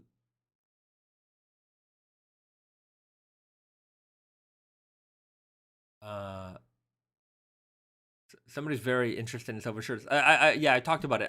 It's just not worth the price for me. You think it's a cool detail until you get the $400 price tag, and then you don't think it's so cool anymore. Like that's the one thing that we always there's a mitigation here. Like, we could go all the way and make the most detailed everything product you can imagine. That's actually not that hard, right? To be fair, to make that product, I can go to any mail and say, do this, do that, and the other thing. Let's make it as detail oriented as humanly possible. Then you end up with a fabric that's insanely expensive, and then you go into production and you want to add all these details, and then you can do it. It's all doable. And then you end up with a shirt that is so expensive that so few people will understand or care about the details that it's just not worth that production. Like, you will not sell that product out. There's not enough people out there, in my opinion, right? And that's why, like, the brands that make it, they make a handful of these things, and then they just charge a lot of money for it, which is fine. If you're into that stuff, you want all these details, great. What we do is we pack in the essential details, the ones that are the best, the ones that people care about. We focus on construction, we focus on fabrications, and we focus on price point. We try to blend all of that together and give you the best possible version of that product at a reasonable price. So yeah, there's certain things we don't do just because, like, it adds cost, but it doesn't add much to the experience. You generally don't care whether that detail is there or not there. Like, I think most people would rather save the $20, and then you multiply that by all the other details. Like, one little thing, you'd be surprised, one little thing added as a detail just adds a lot of extra cost at retail. So if we can remove something that isn't essential or something that anyone cares about, like, then yeah, I'd rather do it that. Like, we're in this realm. Like, you're watching this stream, you care a lot about fabrics, you care about the construction. You really do. You're the top 1%, like I said.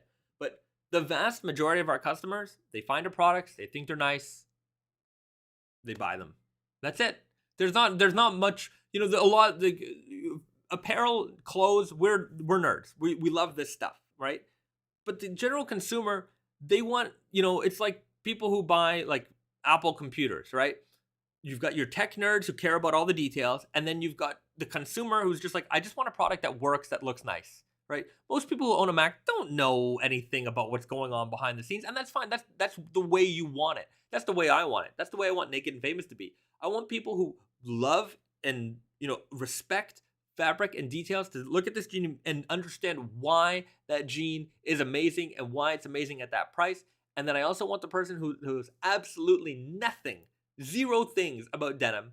I want them to be able to walk into the store and see that product and be like, oh, these are nice. They fit nice. They look cool. I want them. Great. That's what I want. I want that person to be like, I don't know. But I don't need to know. I just need to know that it's satisfying a lot of stuff for me, and I don't need to know all of the reasons why this is made the way it is. I don't need to know. You don't. We do. We like it. We love those details. That's why we put all that information out there. But the vast majority of people, it's just like buying an Apple computer, right? I just want something that works well, works for what I need it to do, and I don't need to think about all the rest. So, yeah, for me, adding all that other stuff, maybe us, well, okay, that's a cool detail. That's there. That's neat. But at the end of the day, the general consumer doesn't even know that it's there, doesn't even know what it does, doesn't know what it represents, but they see the price and it's more expensive than something else that is, why? I don't want to be in that world. I want to be able to deliver all the good stuff, the stuff that you don't need, best price, best fabric, best construction, best, without the stuff that you don't need, I guess. Favorite vintage fit? That's a good question. I don't know.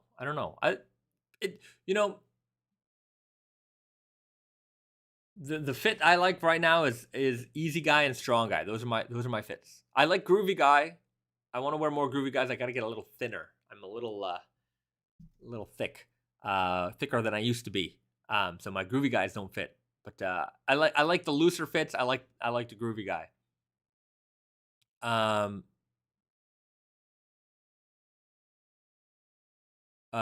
Gary Rainey Jr. Hence the hard work being done by you guys to bring the people unbranded. Yeah, I mean, look, that's definitely unbranded is the quintessential like no fluff, just the jeans. Like there's no logo. That's my favorite part. There's no logo. It's like, what's the unbranded logo? There's nothing. You look the amount of people who have probably bought those jeans thinking, I don't know what brand these are. Like they're just jeans. Yes, they're just jeans. They're just good jeans. That's all. Philip F. A lot of people can't even understand paying $100 for jeans. No question about it. $100 for a pair of jeans. In my youth, when there's a whole world that you don't know, and premium denim, like what we pay for our clothes, 99% of the world, they don't get it. It doesn't make any difference to them. And to me, I feel a fabric like this and I'm like, got it, understood. And for us who do, respect, our fabrics, we respect fabrics.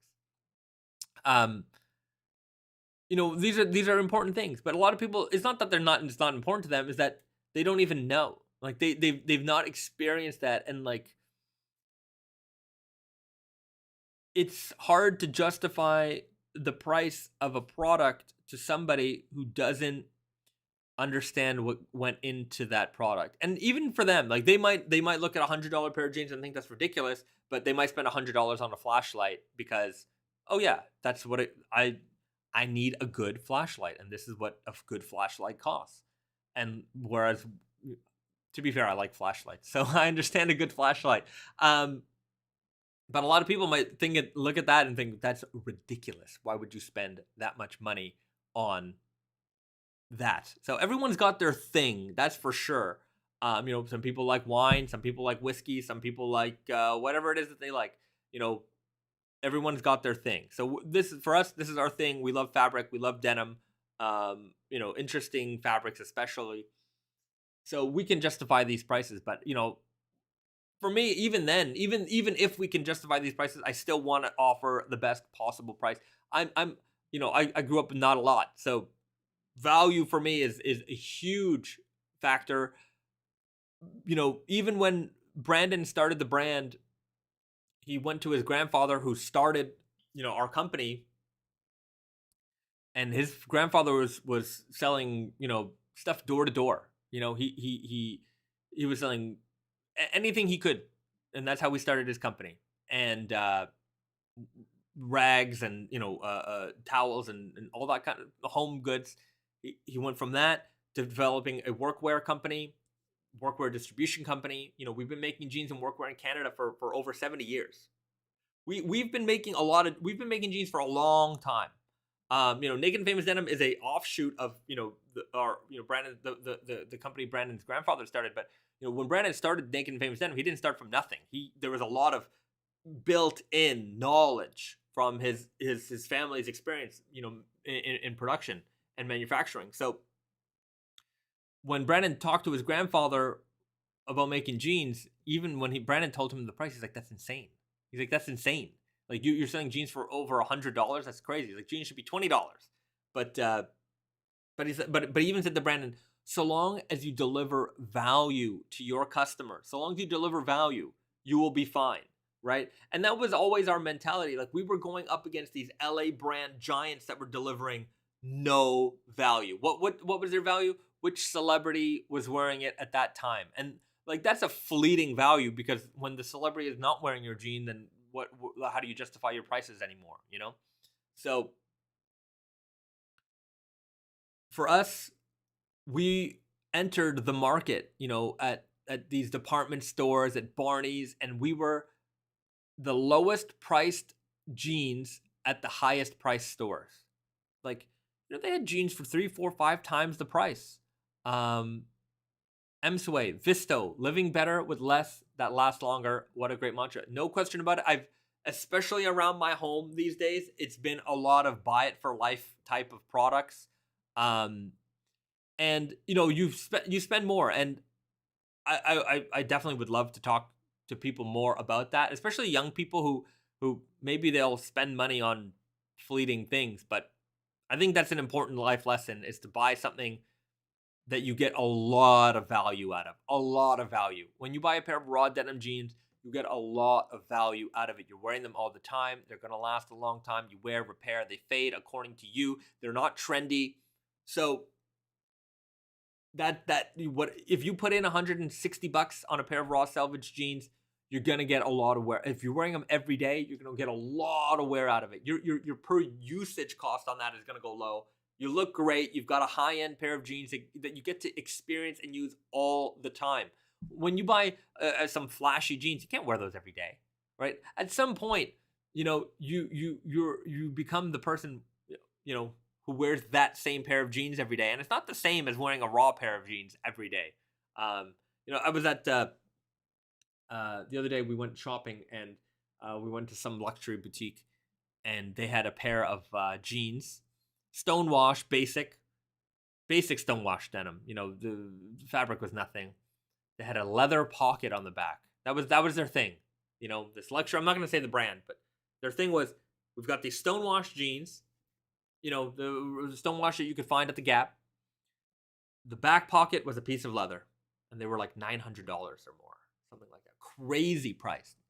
The rivets didn't have their branding on it. The button did, but blank rivets. So they didn't even bother. Like, do you know how, like, rivets, even custom branded rivets, like, they cost a little bit more than no branded rivets. And you got to buy thousands of them. You got to buy them to scale. But like, they don't cost that much more than like a non-branded rivet. And these people, This luxury brand was so cheap that they're like, don't even spend the extra half cent on the branded rivet. You know why? Because we're going to charge so much for these jeans, and we're going to squeeze every last penny out of every stupid person who buys these things. Because they're so disrespectful. At some point, like, a lot of luxury brands are so disrespectful to their customers. Just in terms of, if you're going to sell luxury, sell me a cashmere blend denim. Sell me something that is really fantastically produced. And in the luxury world, whenever you see these jeans, they're not. That is their cash grab. That is their biggest cat. There's a lot of cash grabs in those companies. Don't get me wrong, but like, when I looked at those jeans, I was personally insulted. And a friend of mine was actually asking me about those jeans, a few days before. I just happened to walk by the store, so I wanted to check them out. And they were like, well, what do you think of these? I'm like, I think these are stupid. I think, here's what I think. I think you can go to the Gap and you can buy a pair of jeans, and then you can go to a tailor shop, buy some leather, and they'll put it on for you. And it'll cost you nothing. And the amount of time, if you bought those jeans there and you wore those, you wore them 4 or 5 times, you can't wear those anymore. That's the leather jean, pocket jean. You can't wear them more than a few times because that's it. They're so recognizable as this thing. So go spend nothing on them, and all your friends are gonna think you bought them anyways. You don't have to tell them you got. In fact, you tell them you got them custom made. It'll sound even better. And yeah, save yourself some bucks. Sway, designer brands take people for granted. They are merely capital, not even customers. Such a life lesson. No question about it. Look, sometimes they make nice stuff. Don't get me wrong. There's nice stuff in those walls. I'm not going to deny that. But at the same time, I mean, and this goes back to the early philosophy of Naked Famous Denim. Like, we don't do any branding, no celebrities, no nothing. All that stuff costs money, When you see that billboard, when you see all the ads in those magazines, all of that stuff costs money. And guess where they're getting, like, maybe their handbags and stuff, it costs a lot of money to make them. I'm sure, maybe not, everybody's got to make a margin. Okay, understood. But like, you know why that little stuff is like massively, like, they have all these products. Like, I remember when like a luxury brand t-shirt was $300, and that was crazy. Don't get me wrong, that was crazy. But it was $300. Now I see them and they're like $600, $800, $1,000 for a t-shirt, and I'm like, oh my god, what have you done? But the thing is, a lot of streetwear, like luxury, merged with streetwear at some point, and the kids are eating it up. They're eating it up. They don't care. And that's fine. Look, man, everyone's entitled to make $1. I'm not gonna criticize that. You gotta make, everyone's gotta eat, everyone's gotta make a buck. Got it. But I'm open to criticize the type of product that you put out there at the price. I'm happy to do that. If you're not delivering value, my philosophy is value. That's not everybody's philosophy. My philosophy is value, and I believe that you can buy things that are of high quality that you can use for a long time. They might be expensive, but so long as they're expensive and they're worth it, you've got it. If they're expensive and they're not worth it, well, that's where my criticisms are going to come in. But yeah, Adam Chapman, the hype beasts ruined everything. I don't know even if they're hype beasts. Like, they're the term clout chasing. Like, these brands, when I was a young kid, maybe you heard of the name Gucci before or Versace, but like, you just didn't know about the luxury where I grew up. You didn't know about the luxury world. That wasn't the world we grew up in. And now I think the young people are so much more in tune, and the brands are more in tune with marketing to a younger audience. Like, you look at a brand like Tom Ford, and you look at a brand like Tom Ford, and you're like, that stuff's so expensive. It's really nice, so expensive. But like, their vision of luxury is that, like, it really is like,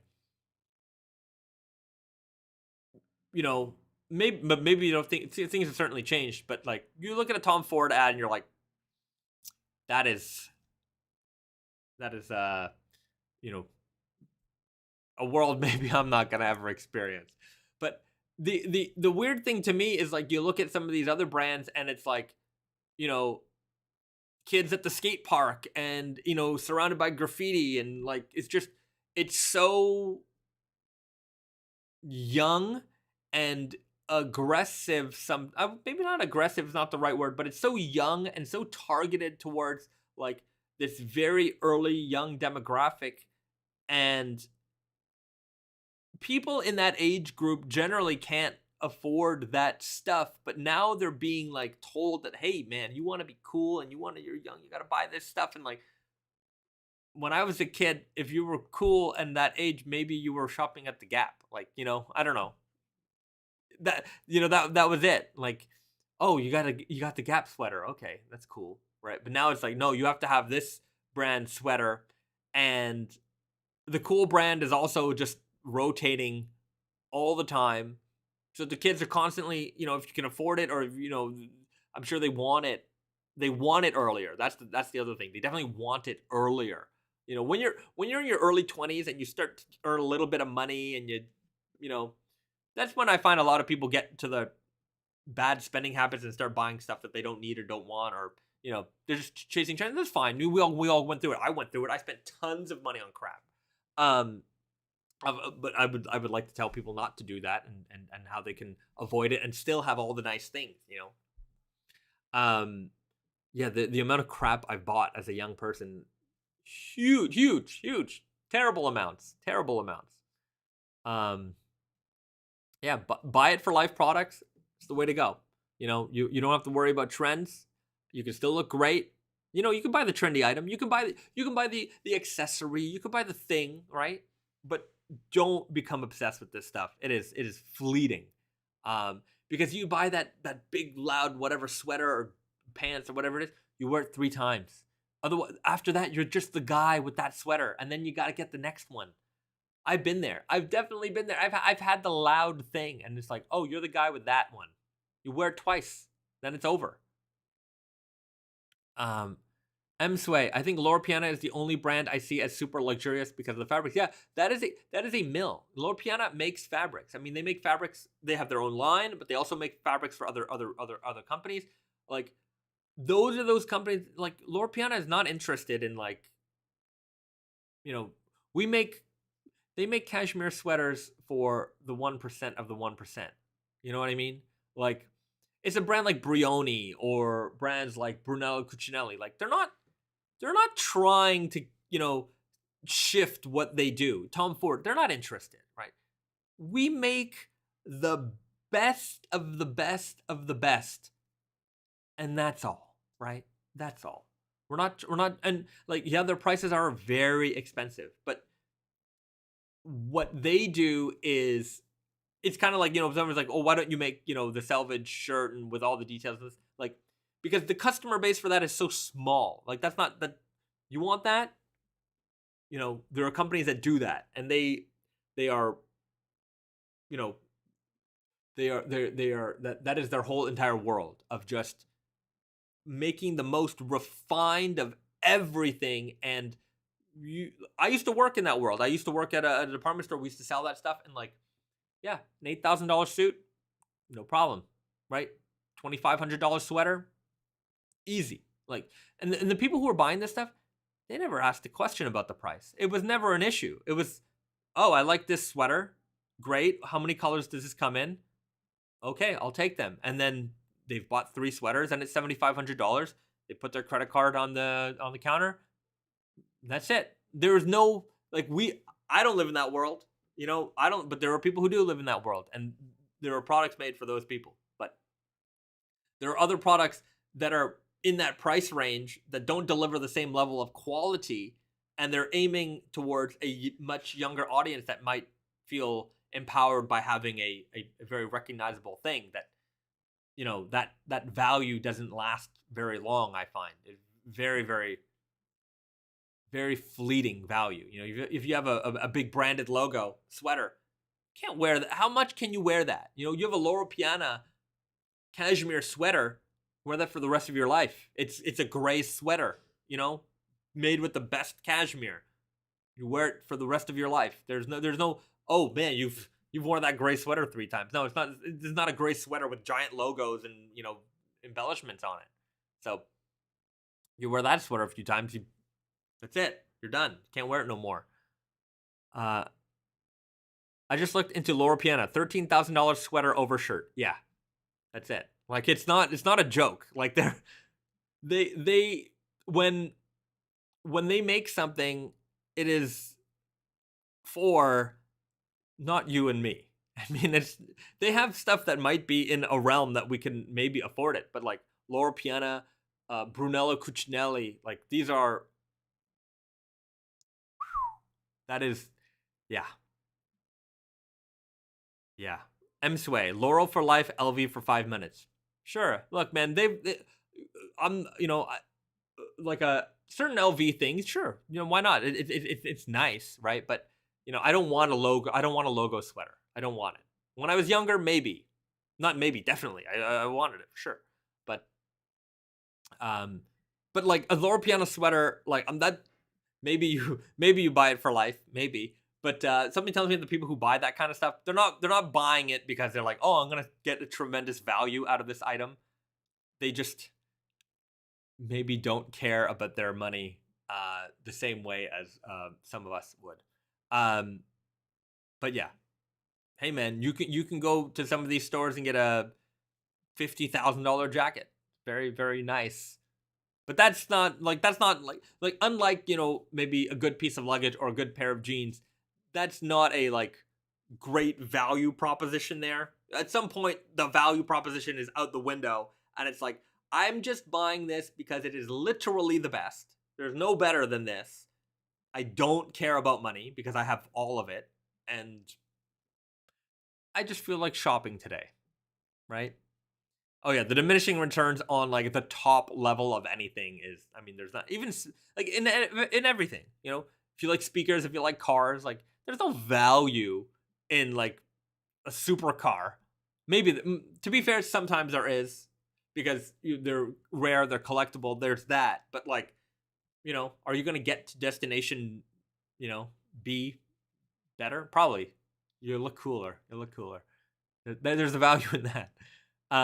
I ain't buying a Loro. It's just that you have to admire the absolute unconstrained decadence of it without the brash logo. Absolutely. Hey man, if you can get a Loro Piana on sale, they do go on sale.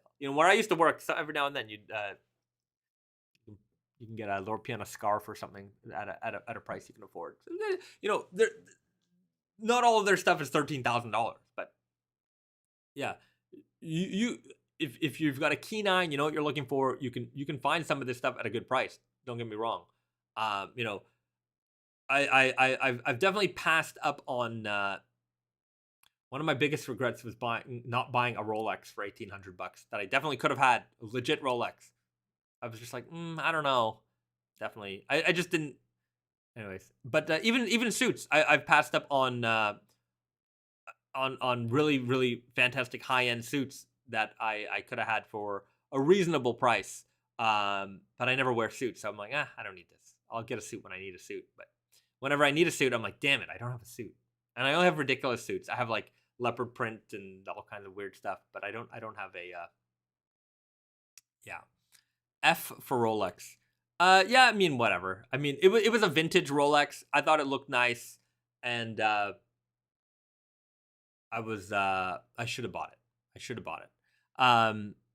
Just not look. I don't actually have a nice watch. I'm not really in that world. I'm not that guy. I can admire them, but I don't ever want to spend that kind of money on anything. If I come into one at a very, very, very reasonable price, that's the only way I'm ever gonna have a quote unquote luxury watch. Kai Long, could you teach us how to stop jeans from fading? Yeah, no problem. Wear them sparingly. Or, there's certain models that tend not to fade as fast. Like we have a model called the Indigo Selvedge. That's a slow fader. It's a good fader. It's a slow fader. Keep them out of the water. Don't wash them. Wear them sparingly. So that could mean get 2 pairs. If you're going to wear your jeans every single day, they're going to fade. So if you want to slow it down, get 2 pairs of the same pair, rotate them. Get 3 pairs, rotate them. or just wear, if you're only wearing your jeans on the weekends, you know, here and there, you're never gonna get major fades. Just don't put too much stress into them and avoid the wash. And if you're gonna wash them cold, wash them in the sink, hang dry, and you'll be fine. Kai Long, buy the Forever Blue. Yes, and I want to make a Forever Blue. So we made a raw denim dyed with a reactive dye that doesn't fade. So we do have a non-fading jean, or it's a very technically you could fade it. It would just be very difficult. So that's called the Forever Blue. Inventory is a little right now, but I'm gonna make a product like that core. So so stick around for that.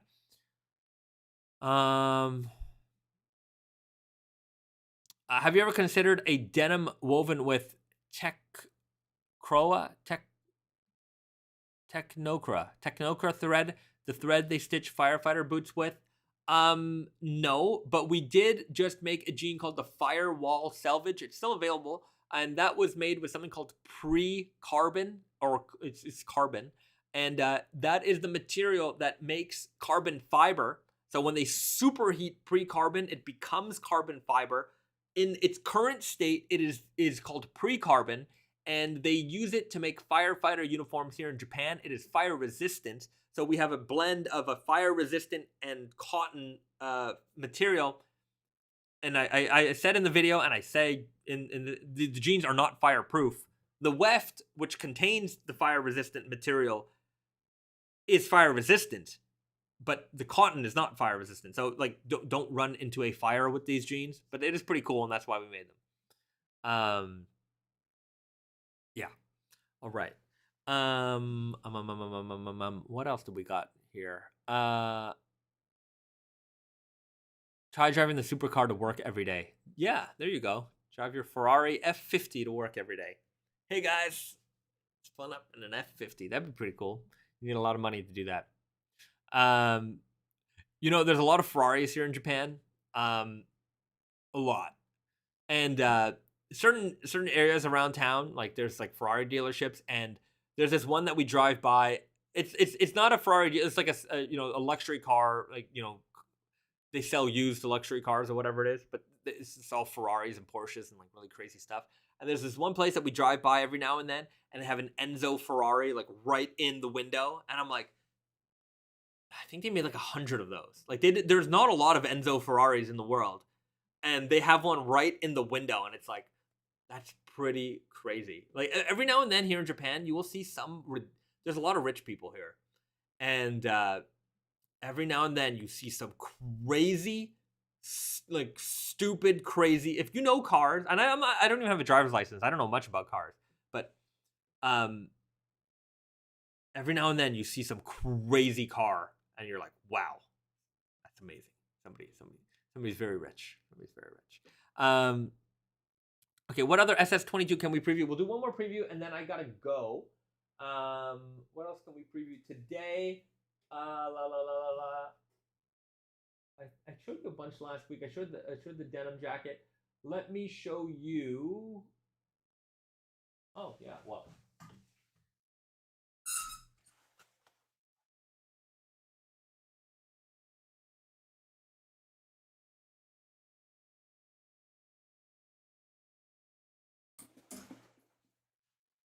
That one, the one I put back was the Elephant XS. I mean, it looks exactly the same as the Elephant X, so I don't know if that's too much of a preview for you guys.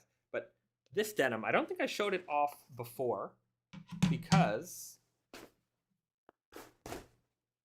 you don't really know, you can't really tell much from the outside what's going on here, but if you look on the inside. You guys see that? I want to hit the microphone. This is the Selvedge ID. You guys can see that.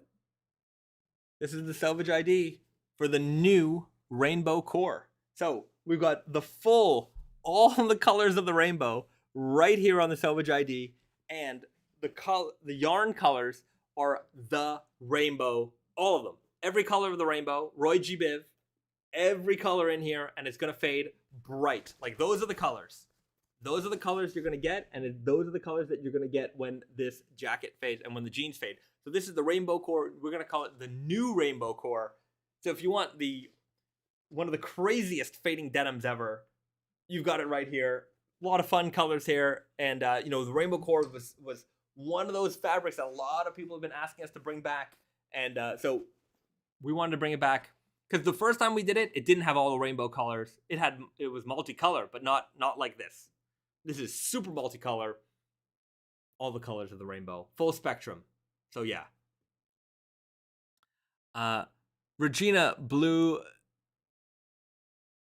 Buena Bra. Regina Buena Bra. Definitely screwed that up. Sorry about that. I don't know if I could ever wear those, but I like that it exists. Well, that's the thing about our collections. Not everything's for everybody, but if you're a fabric enthusiast, if you love fabric, then you can certainly appreciate it. And that's the thing with us. Like, some people think, oh man, they make all these stupid, crazy fabrics. I'm like, look, man, if you like fabric, if you like denim, then this should be at least interesting to you, right? It may not be for you. Not everything's for everybody, not everything's for everybody, but you can at least appreciate what it took to make that fabric and what makes it special. And if you love denim, you should appreciate it at the very least. Junior, awesome. I want those. Regina writes, don't worry about my last name. It's a tough one.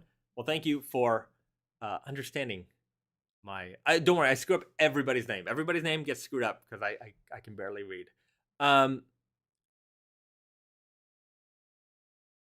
Wolfie wrote, I heard Garrett say earlier that someone bought 5 pairs of the turmeric jeans today. I hope I don't regret not getting a pair.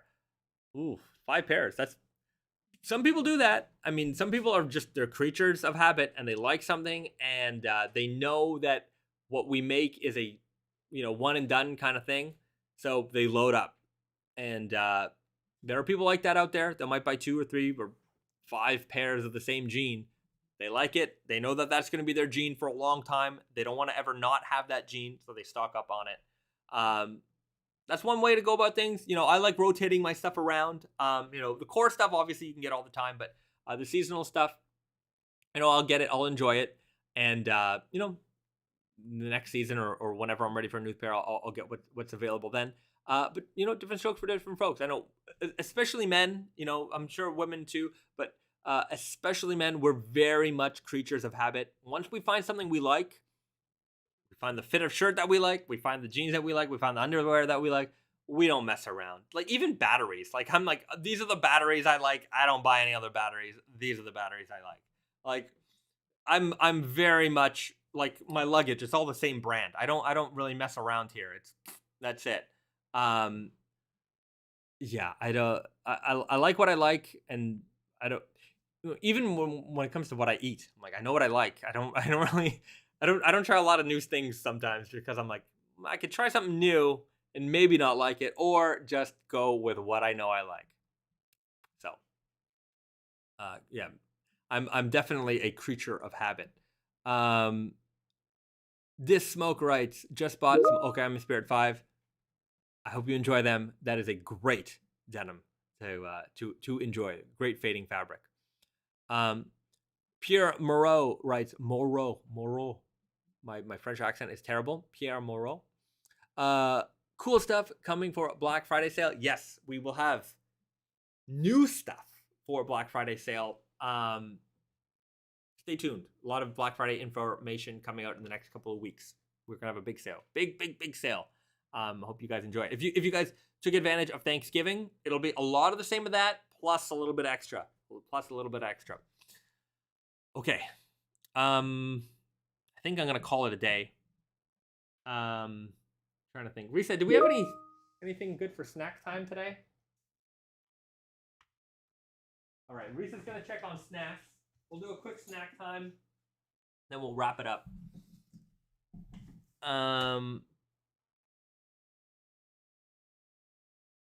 Yeah, that could be fun. Yeah, let's do a Japan exclusive one. All right, we've got an Australian treat, but a Japanese exclusive flavor. So we had a or maybe it's exclusive to Japan at that retailer. Maybe. All right, it's possible. Let's go with this one. Okay, so Tim Tams are an Australian cookie, and introduced to me by one of our fans out there, who sent me some packs. We got to enjoy it. We tried them out a couple of weeks ago. Interestingly, on the package, Australia being the kind of country that they are, they want to make sure that you guys are all healthy, and they have a health rating on their food. And this has a 0.5 star out of 5 health rating. So almost no health benefits, half a point of health benefits. Does that make it unhealthy? Or just... It's not negative. Right. Is there a negative star level? I don't know. Tim Tam Slam. Tim Tam. So we've got... this is the Jimbula Mountain Estate Coffee and Chocolate. So the Tim Tam Slam, from what I understand, is when you take a Tim Tam, you put it in the coffee, and then it melts in the coffee a little bit. Nice little way to enjoy a Tim Tam. This has got the coffee built in. So we'll give that a try. I think that could be a lot of fun. And we were at an import grocery store in Japan, and what does that say? Healthy coffee farm. Uh-huh. So I suppose they sell Tim Tams across Japan, but maybe this flavor is only available at Kaldi Coffee Farm. Kaldi Coffee Farm, they do a lot of import products there. So let's give these a try. Give these a try. Tim Tam Slam time, everybody. If you're still watching and hanging around for snack time, hit the like button. Let's hit that like button one more time. If you haven't hit that like button already, if you haven't subscribed to the channel already, let's do that. Let's do that. We got Risa here. We got snack time. It's we're winding down this live stream. We've got there you go. That's what a package of these things look like if you've never had one. It's an Australian delight, but in a Japanese retailer exclusive form. I don't know what that means for anything really, but smells like chocolate, milk chocolate. Oh, it smells like coffee. Like coffee chocolate. Ah, yeah. You got the undertone of coffee. You got that milk chocolate, undertone of coffee. Hello, Risa. Hi. All right. Okay. Tim Tam Slam is when you dunk it in your coffee. So I'm going to dunk it in my coffee. It's not very hot anymore, but...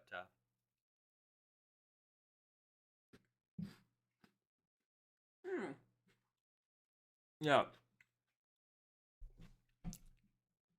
I mean... If you can really taste the coffee. Mm-hmm. That's a good coffee cookie.